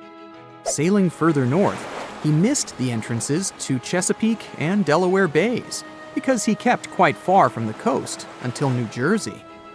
Then, the moment we've all been waiting for, Verrazzano discovered New York Harbor, and he anchored in the Narrows. Later, it was named after him, and now it is spanned by the Verrazzano Narrows Bridge. Once Verrazzano's sea appeared on the map, it became widely accepted and impacted loads of future explorers. For example, Henry Hudson went looking for a passage to the Pacific in the middle latitudes of the continent. But, as it turns out, the Englishman never did find the Pacific Ocean anywhere near Virginia. And the cartographic myth eventually faded away. It's funny to think about how a mistaken belief could have such an impact on history. If you ever want to call someone, hoping they won't really answer, try Super Bowl night. Over 100 million people are enjoying America's favorite sports finals, which is the most watched television program of the year. American football is called this way, although you play it with your hands, because it developed from 2 sports, rugby and soccer, known as football in Europe. Also, before some major changes in the rules, they both used hands and feet to play. The 1958 NFL Championship game was the first, and so far the only, NFL title game to ever end in overtime. That night, the Baltimore Colts were playing against the New York Giants. The stadium was full with 68,000 fans, and hundreds of thousands were watching it on NBC. At some point, the crowd got so wild that the NBC cable responsible for the broadcast somehow got disconnected. The game was about to be over at any moment, so they had to do something immediately. Earlier that year, the New York Times asked the producer if they had any plan B for such a scenario. He laughingly answered they'd probably have to send someone onto the field to delay the game. And that's exactly what they did. They sent their business manager to run up and down the field after the timeout. Officers were chasing him for a while, and everyone thought that was just a rowdy fan. That's how NBC saved the broadcast, missing only the first play out of the timeout. It's hard to imagine a football game without huddles. I mean those times when they all gather in a tight circle to discuss the strategy, motivate each other, or celebrate. But those huddles only became a thing in the 1890s thanks to Paul Hubbard, a hearing-impaired quarterback for Gallaudet. He didn't want the other teams to read his hand signals, so he gathered his teammates in a tight circle to protect their secrets. The 1982 Stanford Cardinal and California Golden Bears went down in history because of the play that unfolded in the final seconds. Stanford had a 20-19 lead, and there were just 4 seconds left. You'd think that's nothing, but the time was enough for Golden Bears to turn the tables. They did 5 backyard passes, and bam, final touchdown. They won 25-20. Unlike professional football balls, the balls used at college games have white stripes painted at one of the ends to make it easier to spot the ball during nighttime games. Wilson, a famous sports equipment company, has been the exclusive provider of footballs for NFL games since 1941. They now produce 4,000 footballs every day. The first American football game in history was played between Rutgers and Princeton colleges. It was popular among students, but soon became quite a rough sport. At some point, it was even banned to play football in public spaces. Walter Camp, a famous rugby player, became Yale's football team captain and saved the day. He changed the rules of the game and made it a lot as we know it today.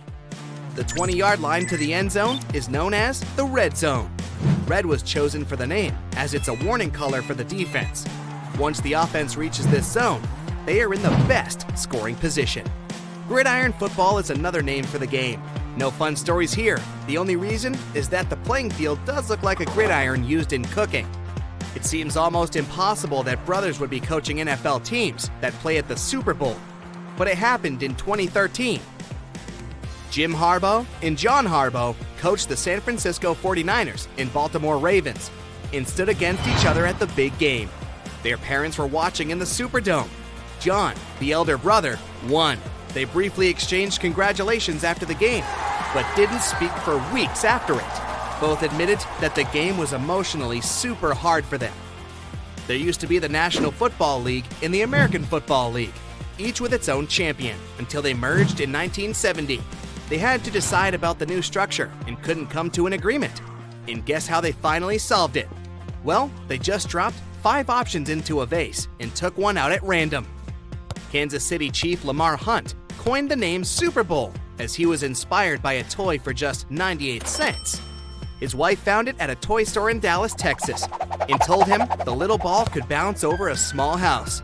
Not everyone liked this idea, and there were even contests for a different name, but nothing has beaten the toy-inspired one. The first Super Bowl took place on January 15, 1967. The tickets were just $12 compared to the $100,000 that you'd have to pay for the VIP suite today. Yet, there were still many empty seats at Los Angeles Memorial Coliseum, where it took place. They chose the location only 6 weeks before kickoff. Now it's known 3 years before the actual game.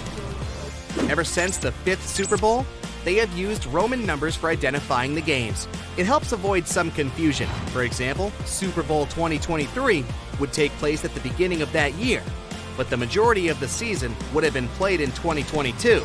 The only exception was Super Bowl 50. The NFL believed naming it Super Bowl L might have lowered ticket sales. The NFL never pays any of those superstar singers that perform at halftime shows. Appearing there at the prime time brings the artists much more money in the long run, as their record sales always spike after the game. They do get money to cover the expenses they have to prepare for the show, though. It can be more than $10 million, so that's not a bad deal after all. Each Super Bowl team gets 108 balls, 54 of them serve as practice balls, and another 54 are used during the actual game.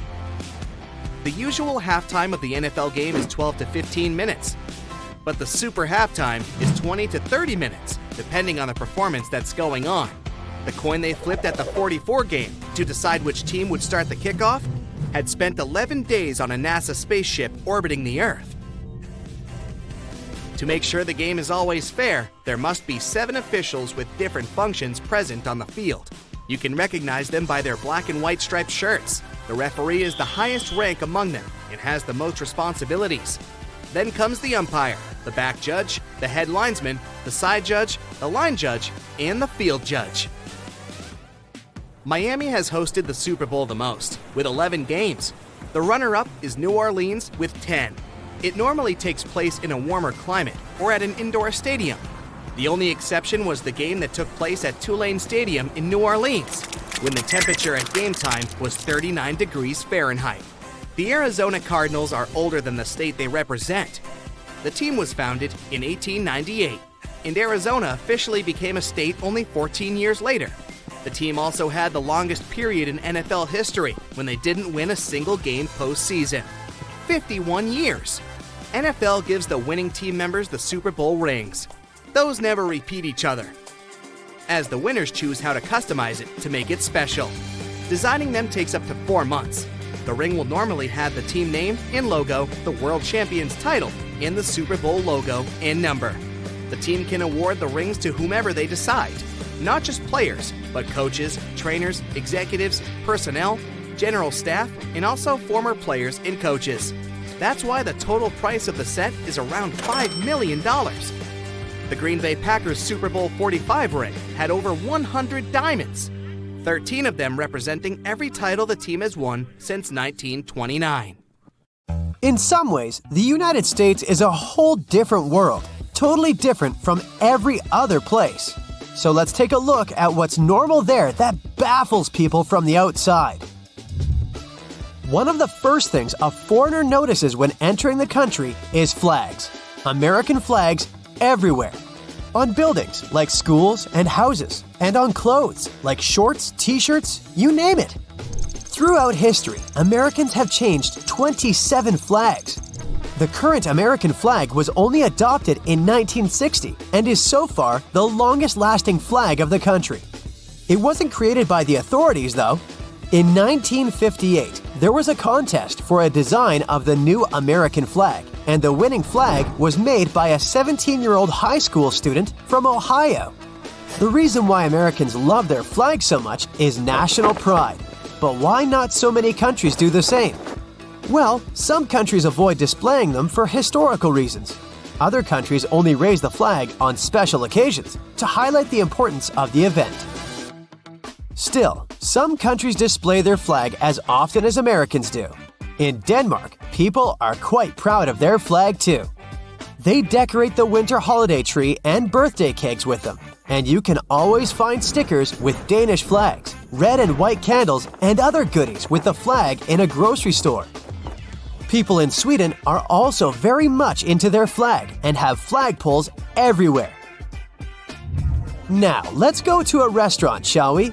Many things there are very specific to the States. Like, for example, tons of ice in every drink.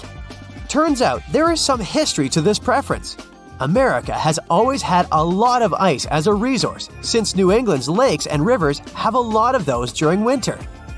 Centuries ago, before refrigerators and other helpful cooling machines, that kind of cold resource was very valuable, and the States started exporting ice to other parts of the world. And also, of course, consuming it themselves. They started to put ice in their hot drinks, in contrast to the British, who were always drinking their beverages hot. The ice in the drinks has become an American thing, and it was also considered a rich person's drink. Yep, the ice would also show a person's status. Of course, with time, when refrigerators appeared, ice became available to everyone, and Americans started to add it to their drinks commonly. The habit remained, but also ice drinks are very refreshing, which is especially important in the hot south of the country. But if you come from abroad and don't want your drink freezing cold, always specify it to the waiter. The next striking thing is the huge portions that are served, and there is a reason for that too. It wasn't always like this, but in the second half of the last century, due to pesticides and fertilizers, farmers started to be able to grow more food than they used to. The government caught on, subsidizing them to grow even more food. So the amount of available food increased. Over time, companies started to increase the sizes of their portions. Why serve less food and get less money if you can serve a bit more and also charge more? That's good for business, and it's a win-win. Customers get more food for just a little bit more money. So, larger portions stuck. Okay, now we need to take a little toilet break. And, surprisingly, there are a lot of foreigners who find American toilets weird. First, what's up with those huge gaps in bathroom stalls? Let's start with the more obvious part, gaps on the bottom of the doors. Those are quite common, even outside the US, and they serve several purposes. First, you can see if there's a person inside without trying to break into an occupied stall. Second, it provides some ventilation and makes it easier to clean the floor in the bathrooms. The gaps on the sides are more questionable. Of course, people on the outside can't see everything going on behind the door, but still, there's not much privacy whatsoever. In most other countries, the gaps are either negligible or non-existent. So what's up with them in America? I did some research. Some sources say that since every inch of material is expensive, wide gaps are made to reduce the costs of bathroom stalls. Other sources say that when people feel exposed like this, they have fewer incentives to do something illegal in public bathrooms. Next observation, American toilets have way more water in their bowls in comparison to, for example, European ones. The reason is that those types of toilets use different flashing systems, and an American one needs more water to flush effectively. In many countries, especially in Asia, most bathrooms have bidets, which are used for after-toilet cleaning, and tourists don't understand why Americans wouldn't adopt those too. After all, if you step in mud, you'll go and wash your foot instead of just wiping it off with a tissue. The same logic works here. Also, it reduces toilet paper usage. So it's more sustainable and it's environmentally friendly. Some say there's a strong stigma in America around bidets that is extremely hard to overcome. Others say that toilets in the US don't have enough room to install a bidet. So they don't have those, especially if there are other well-known ways. Before we leave the restaurant, we need to tip the waiter. Tipping in the United States is way more common than in most other countries. You're expected to tip any service person who helped you with something. While some kind of tipping exists in some other countries, the extent of it is smaller. And there are also countries like Japan and Denmark where tipping isn't a thing at all. Those countries have minimum wage laws that dictate decent wages employers must pay their workers. This way, the need to pay money to service stuff isn't pushed onto the customers. By the way, here's one more fact about the prices.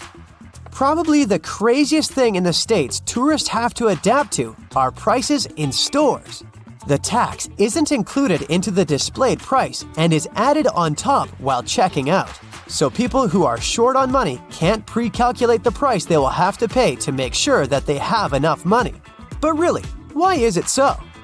The main reason behind such a weird policy is transparency. This way, taxpayers know how much tax they pay and can resist raising the tax rate in case it comes on the national agenda. Also, it allows buyers to compare the costs of products across states fairly, since tax rates may differ. So, if the tax isn't included, you compare the actual bread costs between Alabama and Alaska, for example. In some places in America, it's not very easy to get around unless you travel by car. In some regions, there's often no sidewalk taking you to the closest convenience store or a crosswalk. allowing you to cross the road right in front of the store. The main reason for that is probably the fact that the United States is a big country with vast lands and everything is spread out. Neighborhoods can be scattered around, wide suburban territories quite far away from one another, so that's already far from being walking distance, and sidewalks aren't needed because, yes, no one's walking. Studies show that Spanish or Germans walk at least twice as much as Americans, but in those countries, everything is way closer. And last and not least, you guessed it, the imperial system. It's based on the human body. A foot is an average foot size of a person, so you might think it's quite intuitive for anyone. Well, no. Foreigners are incredibly confused with feet, inches, gallons, and Fahrenheits, and tend to convert it all to the familiar metric system. Well, in this sense, the British are even more confusing. Those guys use both imperial and metric systems. For height, it's mostly feet and inches, but for weight, kilograms. Great Britain used to have the imperial system, but later they were forced to switch to the metric system. So now they're using a combination, whatever helps to be more precise. Hey, you've heard of Stonehenge? Of course you have. Big rocks mysteriously mounted in circles on a plain in England by, somebody. But what if England's Stonehenge is only a replica of another monument, and its builders just crossed the Atlantic and copied what someone had already done elsewhere? Well, it turns out researchers found another Stonehenge underneath the waters of Lake Michigan. This lake is a hotspot for woo-woo unexplained things. A bunch of disappearances, plane crashes, and now this, an ancient underwater monument that looks strangely enough like Stonehenge. We couldn't help ourselves and needed to dive deep into this story. A ring of massive stones, arranged in a way that felt all too familiar. They saw two circles, an outer one and an inner one, sitting 40 feet below the surface. But this wasn't just a random pile of rocks. These stones had been placed there, purposefully, by human hands. And by doing some further research, they discovered that they were staring at a structure that's over 9,000 years old. Think about it. This Stonehenge beneath Lake Michigan predates the pyramids. It predates Stonehenge itself by about 4,000 years. All of this information was enough to startle scientists at Northwestern Michigan University. But that was before they found this out. One of the stones had a carving, a faint but clear petroglyph of a mastodon. Mastodons kind of look like the ancestors to our modern-day elephants, but they have been extinct on planet Earth since 10,000 years ago. So, whoever built this underwater Stonehenge needed to be alive at the same time these creatures roamed our planet. This discovery raised many questions among scientists. I mean, why on earth would they go through all this trouble to lay rocks at the bottom of a lake? Well, first things first. Scientists believe that Lake Michigan had much less water back then than it does now. Second, it could have something to do with ancestral practices of First Nation people. There's one theory from a professor of the University of Michigan. He suggested that the stones formed a kind of prehistoric hunting trap. He believes that early hunters used the circular formation as a drive lane to herd large animals like the mastodons from the rock carvings we were just talking about. Once they got these huge animals into a tighter circle, they could be more easily hunted. But not everyone's convinced by this theory. Some believe the circle probably had a deeper spiritual purpose. According to local Native American tribes, like the Anishinaabe, stones are more than just rocks. They're living beings. They hold spiritual energy and represent a connection to the earth and all living creatures. An elder from the Anishinaabe community even suggested that these stones are sacred, placed there by their ancestors to honor the land and its creatures. Scientists are trying to study the stone formation in depth, like about 40 feet. But that's the problem, actually. The fact that it's underwater makes it super difficult, since they don't have the best technology. Traditional archaeological tools don't work as well when everything is submerged. but promising new technologies like stereophotogrammetry, which literally means making 3D models of a site, are helping scientists study the stone circle more closely. Still, research is slow and expensive, so it's hard to know when this mystery will come to a close. As we said, Lake Michigan is a hot spot for unexplained phenomena. Its lakebed is filled with shipwrecks, such as the Thomas Hume, a sturdy American schooner. It also collects debris from airplanes that have suddenly gone missing while flying the area, such as Northwest Airlines Flight 2501 that disappeared in the 1950s. Some people even call the area the Lake Michigan Triangle, suggesting paranormal activities like what happens in the Bermuda Triangle might be going on. The lake spans over 22,000 square miles, which means it's almost 2/3 the size of the country of Ireland. In 2024, scientists were able to access another one of Lake Michigan's mysteries, the wreck of the Margaret A. Muir schooner. This 130-foot-long sailing ship sank over 130 years ago.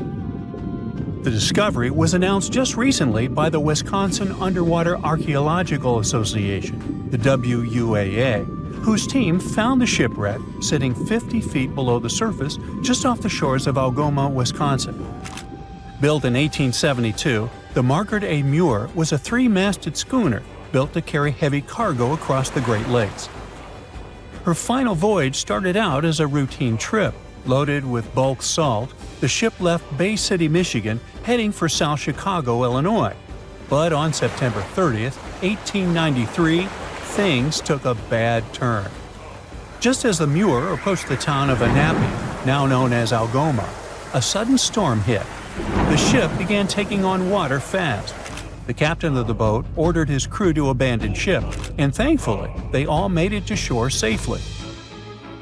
For more than a century, the wreck sat undisturbed on the lakebed, its location a mystery. But thanks to a combination of historical research and high-resolution sonar, WUAA searchers finally found her in May of last year.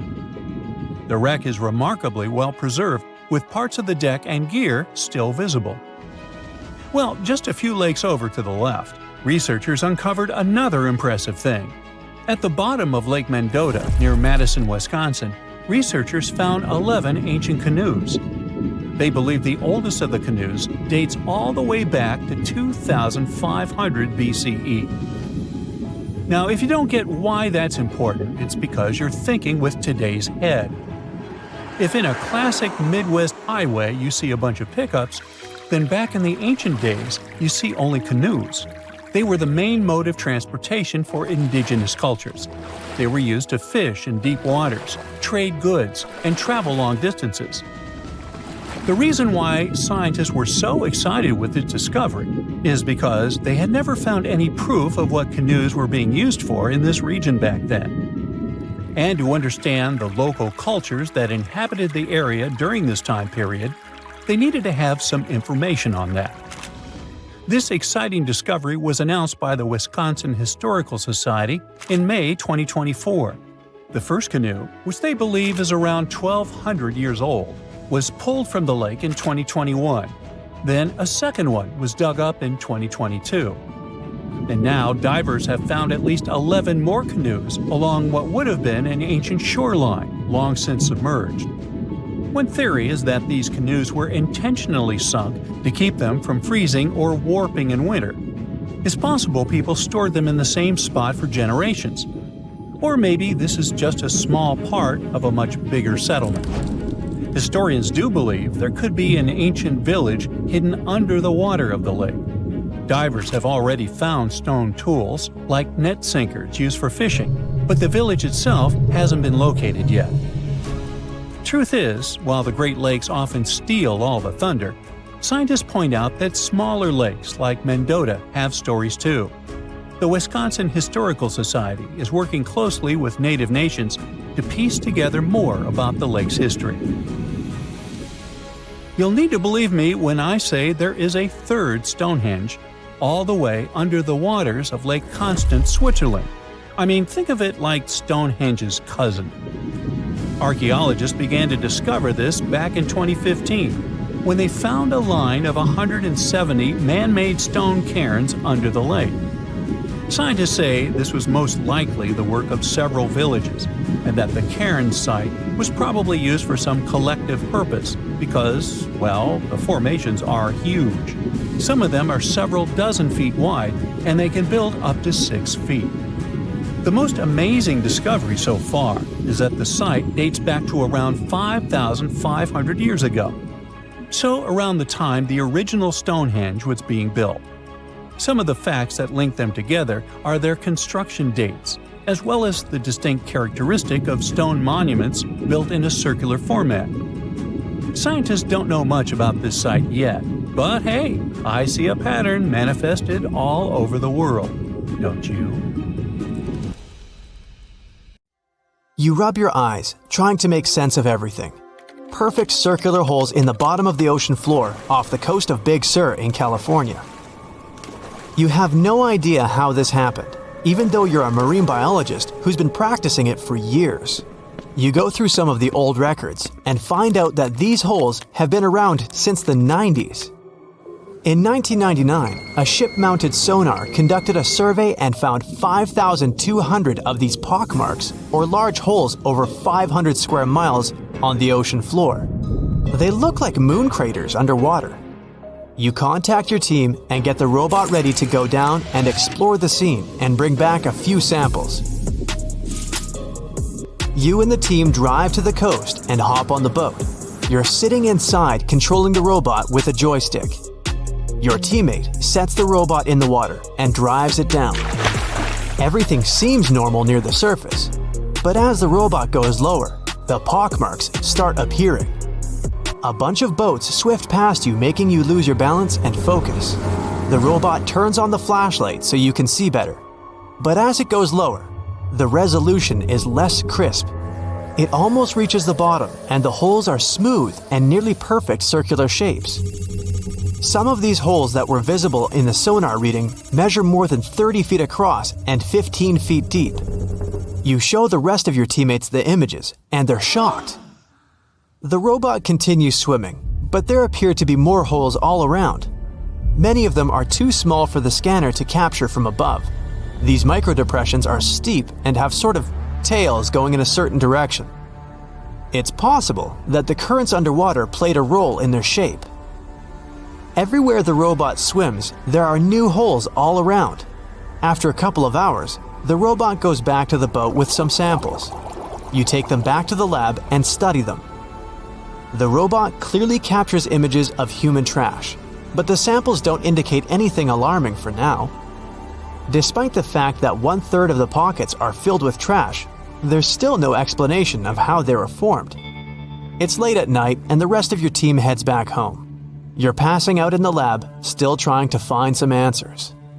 You wake up the next day, and while cooking breakfast, you get this idea that maybe these holes are gases venting out, which could be harmful to marine life. You quickly get the robot and sail out to the ocean once more. This time, you didn't even think about calling your teammates. You place the robot in the water and get behind the screen to control it. The robot descends to the bottom of the ocean and does a survey. So far, the holes still seem to be covered with trash. But some of the holes have marine life dwelling inside, like fish and seaweed. After much scanning, it doesn't look like they're producing any bubbles, which means there aren't any gases venting out, but you're determined to find them. After a while, you reach one of those large pockmarks, and the robot starts scanning around. You find some bubbles coming from a source, but the robot can't reach it. It swims around trying to find a spot, but nothing.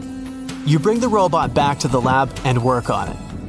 You attach some mechanical arms on it that can lift things and move them. You bring the robot back down to the same spot, but the bubbles aren't as frequent as before. You use the arms to move some of the trash and find out that the bubbles are being produced by a group of crabs chilling next to a pile of plastic. Bingo! The bad news is, you still don't have a clue why the microdepressions and pockmarks exist. As you try to control the robot to go back to the surface, an octopus wraps its tentacles around it, pulling the robot down. You struggle with the controls and push it to maximum power. But the suctions of the octopus are too strong to break off. It's a game of tug-of-war with the octopus and your robot. It takes the robot under a pile of trash, thinking it's lunch. But you use the arms to maneuver the robot out and swim back to the surface. You go back to the lab even more confused. The robot has collected more samples for you to study. Your eye is glued to your microscope, trying to figure out what's going on, but nothing. You decide to do a carbon dating test to determine how old these holes are. After a while, you check out the results and are even more stunned than before. They show that the holes are around 400,000 years old, so it's likely that human trash wasn't the cause for all this. You pull many all-nighters trying to figure out the truth. You gather your team once more and hold a small press conference about this. You claim that this may be something we should be extremely worried about, but you still can't tell them more than what you know. With all the brain work put together, you find out that the large pockmarks haven't changed or been active for more than 50,000 years.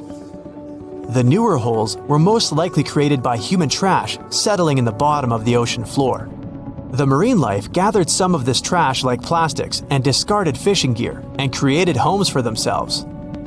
This is why around 4,500 of the holes are newer and have trash in them. But it still doesn't answer why the holes appeared in the first place. You're back to square one. The only way to see what's really going on is to clear up the trash from underwater and study them. The story makes headlines in the local community and catches the attention of a cleanup crew. You organize a trip to the ocean and begin the extraction of all the trash. Many cleanup boats arrive and everyone drops down a net to collect the trash. You send down the robot once more to make sure the nets are hitting the right spot. As most of the trash is being collected, many marine life animals scramble and try to find a way to escape. Everyone makes sure not to hurt them. After a couple of weeks, all the holes are cleared up from the trash. You do another sonar scan from the surface and can see the holes clearer than before. But you still don't have an answer for this. You do some more research trying to see if any other holes appeared around the world. On the other side of the country is a mysterious blue hole off of Florida's Gulf Coast. You catch the nearest flight to Florida and make an appointment with the scientists in charge of the expedition. Blue holes are underwater sinkholes that open below the seabed. Just like on the surface, the underwater world also has sinkholes. This one is called the Green Banana and is 150 feet below. And the hole is 435 feet deep. You dive with some special gear with the rest of the team to a barren ocean floor, and the hole is right there in front of you, looking like an oasis in the desert. You and the rest of the scientists are surprised by the diverse marine life dwelling within. Some sea turtles swim past you, and even sharks. These ones don't harm humans. Halfway through, you reach a narrow path, which makes it difficult for humans to pass through. But everyone is careful. There are corals, sponges, mollusks around the corner. You collect some samples and go back to the lab. Blue holes in general are richer in nutrients than barren lands and host plenty of unique marine life. They're quite common and don't pose any sort of threat to anyone. After making the connections, you don't think the holes off the coast of California have anything to do with blue holes. The mystery goes on. So, since 2000, the world has been hit with more than 1,700 earthquakes with magnitude greater than 5. Many happened around the Ring of Fire, located around the Pacific Ocean. In North America, the biggest threat is the San Andreas Fault Line, which can create an earthquake of a magnitude higher than any other, earning it the spine-tingling nickname, the Big One. The potential destruction of California is a terrifying prospect that could have unimaginable consequences. But the Big One is just the beginning of what's to come. Bad news! Scientists have predicted an earth-shattering event that will occur in 2030. Like it or not, there's a 70% chance that we'll experience the Big One, and it will be an earthquake with a magnitude of 6.7. The San Andreas Fault Line will cause the Big One, but what is scary is that we can't predict it. On the other hand, a massive earthquake occurs every 100 years. This means there's always time to prepare for a natural disaster. If we traveled back in time, we'd see a few significant earthquakes like the ones that wiped out San Francisco and Fort Tejon. Buildings made a long time ago are not quake-proof. They will collapse. Even if they survive, you should not enter them. But buildings are not the most dangerous part. You should watch out for electrical lines and gas pipes. Your hill house might be lovely, but it is extremely unsafe. During quakes, the hill can turn into a massive landslide that will destroy everything in its path. Say goodbye to road trips because all the roads will be ruined. You should have some spare water and food since you won't be able to go to the supermarket. This disaster won't be cheap. It will cost the U.S. around $200 billion to recover from the quake. At least the earthquake will not trigger tsunamis. But there's something that can cause more damage than the big one. The notorious Cascadia subduction zones start in California and ends up all the way in Vancouver, Canada. The San Andreas fault line is nothing compared to this zone. It can wipe the whole coast off the face of the Earth, an example of hyperbole. Subduction zones are tectonic plates forced to be one under the other and constantly pulling apart. One is called the North American plate and the other is the Juan de Fuca plate.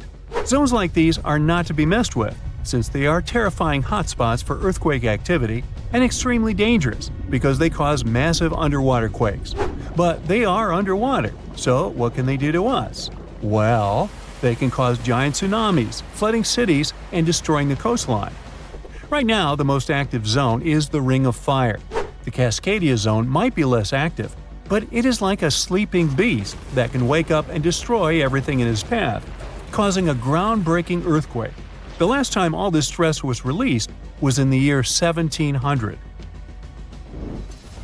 Unlike the San Andreas quake, this one will cause massive tsunamis and much bigger shocks. Let's hope you'll be camping in an open field at that time, because most buildings and bridges will likely be destroyed. Also, be ready for the aftershocks, as they'll be devastating. Nature won't be spared either. Landslides will change animals' habitats. Even our homes will be changed forever. Luckily, there is a light at the end of the tunnel, and scientists are doing everything they can to ensure our safety. New rules are implemented. Every new building must be able to withstand massive shocks. They're developing modern warning systems, and every new infrastructure must follow strict quake-proof guidelines. The Juan de Fuca and the North American plates are locked together, but they won't stay like that forever. When they unlock, get ready for a massive shake. The closer you are to the epicenter, the more damage you'll experience. But even if you are lucky to be far away, you may still feel the ground shaking for some time. Now, if we compare the Cascadia subduction zone and the San Andreas fault, we'll see how much more dangerous the Cascadia zone is. In 1994, there was an enormous 6.7 magnitude earthquake in the Northridge area, close to the San Andreas fault. Sadly, many people didn't make it, and some were injured. Back then, buildings were not strong and earthquake-proof, and many of them were damaged. The Cascadia subduction zone can potentially cause a magnitude 9 earthquake. A magnitude 6 quake has the power of around 44 million pounds of dynamite, but a magnitude 9 has the power of 44 trillion pounds of dynamite. The strongest ever recorded quake was in Chile. Its magnitude measured 9.5, and it destroyed most everything. So let's say you've survived the quake, but the struggle is far from over. Soon after, a massive tsunami will strike, with waves that might reach up to 100 feet in some areas. That's so unlike the San Andreas earthquake, which can't produce any significant waves. So say goodbye to your beautiful garden, since salt water will destroy trees and plants, changing the environment for a period of time. The only positive thing will be you won't need Halloween decorations, because all those dried-out trees will resemble a ghost forest. The combination of waves, quakes, and the sheer size of the area will make this natural disaster much more dangerous than any caused by the San Andreas fault or the so-called Big One. A quake similar to this happened around 300 years ago. Many more have been recorded in the past 3,500 years, proving that they continually occur every 400 to 600 years. So, technically, We have around 100 to 300 years before the next big one hits.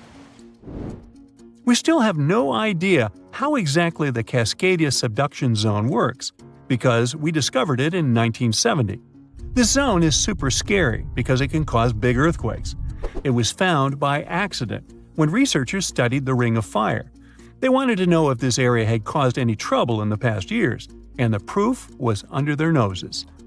In Washington, there is a horror forest where nothing has been growing for years. When researchers tested the soil, they found a tremendous amount of salt. They put 2 and 2 together and concluded that a massive tsunami had been the reason. Experts still didn't know when the forest was destroyed, but Japan kept records of a gigantic earthquake that had a similar effect. It was the one that happened in the year 1700. There is a 1 in 3 chance that the next one will occur in 2050. You must know how to survive the Canadian earthquakes and make it out unscathed, so listen carefully. Those who live in this area have almost no experience with earthquakes like this one. Surviving the quake is relatively easy, but the tsunami coming afterwards is the real danger. After the shake, find the highest ground and go there. Only bring the essentials, like food and water. Yeah, leave your baseball card collection at home. After the first hit, don't try to go down. Seismologists say that most likely there will be a few more waves, and they have proven this. On the 22nd of May, 1960, seismologist Jerry Eston and his 4 friends went to Hawaii to see an expected tsunami that was to happen around midnight. They set up their gear on Wailuku Bridge with an escape route planned. This bridge had been destroyed in the previous tsunami, but the new one was much taller and better. After midnight, the water was 4 feet above the average level. The second wave hit a half hour after midnight, and the water rose another 9 feet by 1 a.m. The water started going down and dropped by 7 feet, but the horror was far from over. Next, they saw a wave that was around 20 feet tall. This shows us that tsunamis are unpredictable, and we should listen to experts to stay safe. In the U.S., the country experiences floods in places around 300 days each year. However, there was one exceptional flood that captured the attention of not only Americans, but the entire world. Boston was drowning in a crazy amount of sweet syrup. It's like a huge mess you'd see at a candy store. Sounds kind of like a kid's dream, right? But for the people living there, it was a total nightmare. Instead of water, the whole city of Boston was engulfed in molasses. Now, if you're not up to speed on this sticky situation, let me give you the lowdown. Molasses is a thick, gooey substance that comes from sugarcane or sugar beet juice during the sugar-making process. Back in the old days, molasses was the go-to sweetener in the Americas up until the 20th century. But molasses isn't just for cooking. It can even be used to boost soil health by aiding in microbial activity. So as you can see, this stuff is versatile and has its hands in various industries. So on January 15, 1919, things in Boston were heating up, literally. Temperatures had finally climbed above 40 degrees Fahrenheit after a freezing cold spell. The previous days were frigid, so people could finally have a little break from the winter and enjoy slightly warmer weather for a day. In the morning, people were minding their own business. At Engine 31 Firehouse, a bunch of guys were chowing down on lunch and having a good time playing board games. Some kids were off collecting firewood for their family. Meanwhile, bartender Martin was still peacefully sleeping at his house after working late at his bar. Suddenly, as the clock struck midday, Boston people started noticing that something was off. They felt the earth tremble and heard a loud noise as it fell, like a train passing by. But there was no train around.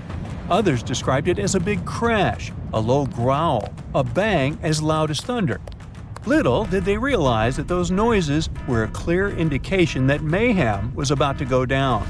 Nobody could foresee it at that point, but on Commercial Street in Boston's North End, at around 12:30 p.m., a massive 50-foot steel tank on a ship that had arrived in Boston a day earlier and that held 2.3 million gallons of molasses suddenly burst open.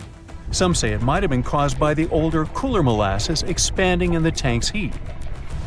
The molasses surged at 35 miles per hour, engulfing everything in its path. Buildings collapsed effortlessly. Individuals and animals fought to navigate through the sticky chaos, and an impromptu rescue effort was launched. The firehouse on Engine 31 got completely knocked off its foundation, with the second floor collapsing on top of the first. At the same time, the bartender Martin's house nearby was swept away and smashed into the elevated train platform. Martin, the bartender who had just woken up, witnessed his house falling apart around him before being carried away by the current. He was in bed on the third floor when he heard a loud noise. When he woke up, he was surrounded by several feet of molasses. He almost drowned in the sticky mess before managing to climb onto his bed frame, which miraculously was floating nearby. He used the bed frame as a makeshift boat. Unlike Rose and Jack, who couldn't make it together, Martin was able to rescue his sister Teresa, but unfortunately, his mother and younger brother did not survive the disaster. The aftermath of the incident included a large-scale cleanup effort, multiple lawsuits against the company that was to blame, and a lengthy legal dispute spanning 5 years until the company was held accountable for the tragedy. The company ended up giving the flood victims and their families a total of $628,000 in compensation, which would be like $8 million today. Not much, given that, eventually, the number of people who lost their lives from the flood reached 20, with 150 others getting hurt. Plus, it took a few days to find some of the bodies. One guy, who was a wagon driver, wasn't found in Boston Harbor until about 4 months later. Still, it was exceedingly rare back then that a company did compensate. Most of them dodged responsibility for negligence at those times. Victims who were in greater distress before they suffocated, if I may say so, received higher compensation. How do you even put a price on something like drowning in molasses? Well, Judge Hugh Ogden had the job of determining that in the aftermath of the disaster. He oversaw distributing funds to those affected. So he awarded around $6,000, which is about $600,000 today, to the families of those who passed away instantly. However, families of those who had to endure the molasses waves before they passed received $7,500. For example, there was a man stuck in a small crawl space in the basement of a firehouse, struggling to keep his head above the molasses for approximately 4 hours before he eventually suffocated, so his family was awarded more. Despite the destruction, the North End neighborhood bounced back as workers cleared debris and firefighters cleaned up the remaining molasses.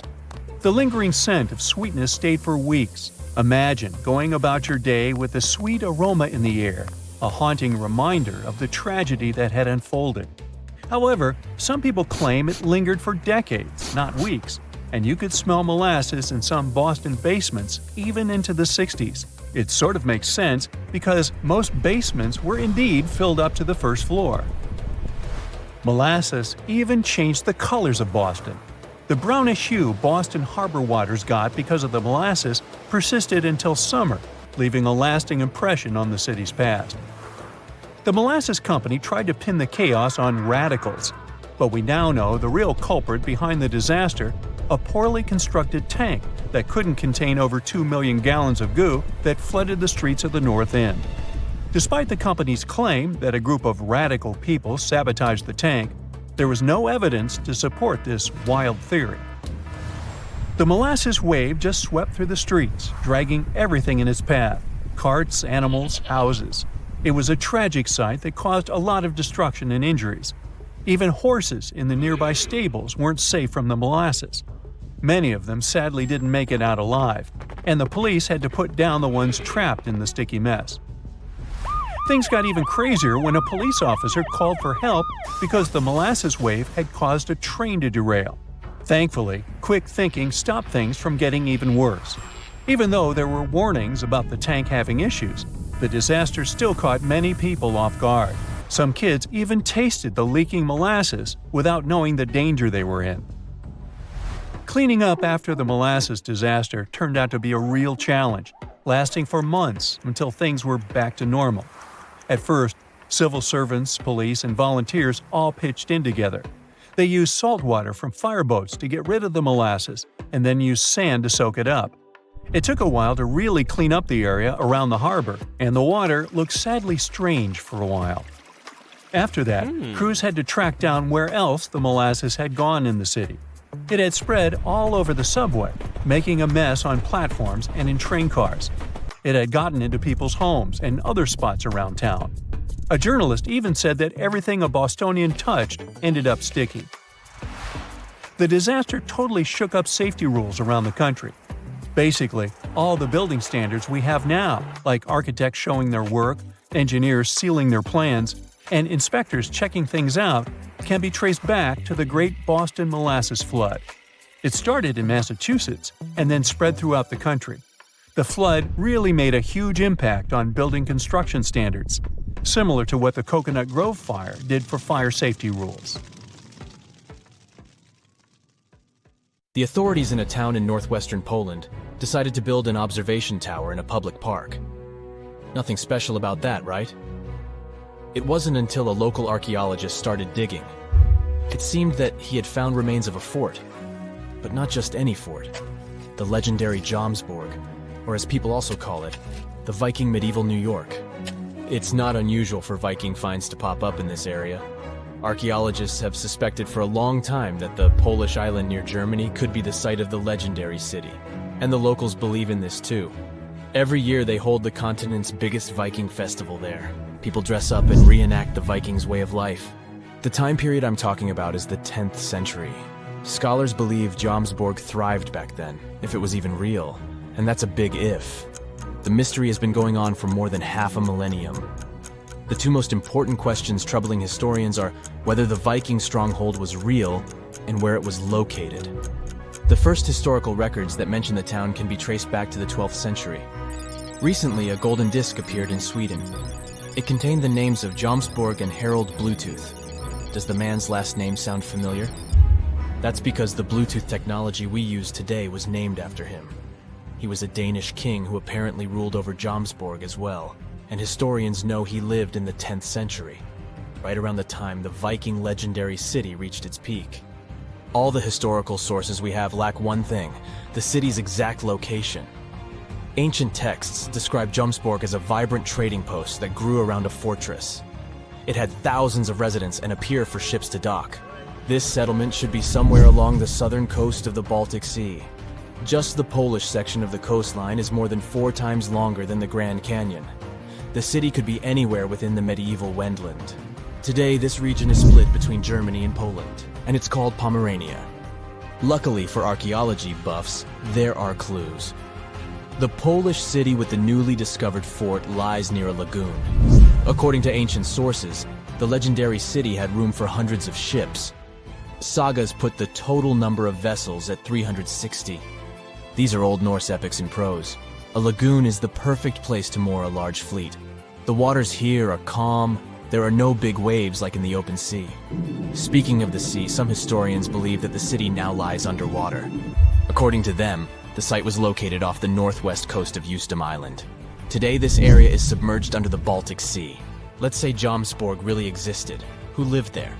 The name of the inhabitants is not very imaginative: Jomsvikings. These people are just as mysterious as their fabled city. They are mentioned in sagas and legends. And there are a couple of rune stones, those are raised stones with runic letters, that mention battles they took part in. Runes were a writing system used by Germanic peoples, including the Vikings, before they adopted the Latin script. And that's pretty much it. There's no hard archaeological evidence that would prove Jomsvikings ever existed. If these myths and legends turn out to be true, then Jomsborg really resembled New York. All nationalities with historical ties to the region lived there: Germans, Slavs, and Vikings. Now keep in mind that a Viking wasn't a nationality but more of a profession. The hotspot of Viking activity was present-day Sweden and Denmark. A lot of Vikings had Scandinavian origins, but not all of them. In terms of genes, they were a mixed bunch. Scientists even found evidence that some Vikings came from southern Europe, but none of them wore those helmets with horns. We owe that image to 19th century operas. The real Vikings had simple iron helmets with a prominent nose guard. The Jomsvikings were sort of a brotherhood, and in any tight-knit community, members had to obey certain rules. One of them stated that you had to be brave. This meant that if your opponent is not bigger than you and didn't have better fighting tools, you weren't allowed to flee the scene. Sounds a bit far-fetched, but this was an actual Viking rule of conduct. Also, Vikings could leave the city for only 3 days. Any longer, absence required permission from the elders, and they wouldn't allow you to have a conflict with anyone from the Brotherhood. Forgive and forget seemed to have been the Jomsvikings' motto. These rules sound fair, but Jomsborg didn't last long. It only existed for some 85 years. That's the length of the average lifespan in the European Union today. Basically, 1 human generation. In fact, the whole Viking Age lasted shortly, just over 2 centuries in total. But this was long enough to create the legend of the Norsemen. They are all over our popular culture. There was a TV show, Vikings, and the movie, The Northman. Even the animated movie How to Train Your Dragon had a little Viking as the main hero. And most of them mention a place from Norse mythology, Valhalla. Now, if Jomsborg is semi-legendary, Valhalla is 100% fiction. It is the Hall of Fallen Warriors. Remember how the Jomsvikings had to honor a code of behavior? They did so in the hope of earning their place in Valhalla. This was a splendid place. The people there feast on boar meat every day, under a roof made of shields. Every Viking's dream, right? That's not all. They get into scrimmages with each other on a daily basis. But what exactly motivated the Vikings to take up a life of seafaring? There is no simple answer, but this seems to be a rags to riches story. Scandinavian people traded fur with other European nations. From them, they found out about the riches that lay to the south of their homeland. And they also knew that European leaders didn't always get along well with each other. So why not take advantage of this and earn extra cash on the side? The Vikings' motivation seems pretty modern. The very first raid was carried out by Norwegian Vikings. They sailed across the North Sea to northeast England. Europeans were shocked by the boldness of these raiders from the north. The Viking Age was about to begin. The Norsemen soon realized that European nations were ready to pay a hefty sum to avoid their visits. At the beginning of the 11th century, the English paid the Vikings more than $300,000 in today's money to leave them alone. There was even a special word for this tax. The influx of all this wealth made the Vikings' appetite only grow bigger. But this was all about to change in 1066, possibly the most important date in English history. That year, the last great Viking king went to England. However, he couldn't find victory at Stamford Bridge. Yes, the place where the Chelsea Football Club plays its matches today. After the Norwegian king lost, the number of raids decreased. The Europeans were better equipped to defend themselves. The Viking Age slowly came to an end. But this didn't mean that the Vikings were gone forever. They stayed in Iceland for 400 years. The island was largely uninhabited before they came in the 9th century. And in England, the Vikings left their trace in place names. Every town that ends in "by" was first settled by these Scandinavians. There are around 2,000 place names across Great Britain and Ireland that can be linked to the Vikings. And can you guess which part of France has the most Viking-related toponyms?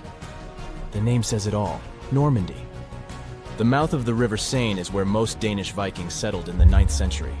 From there, they sent several raiding parties to Paris itself. That's it for today. So hey, if you pacified your curiosity, then give the video a like and share it with your friends. Or if you want more, just click on these videos and stay on the bright side.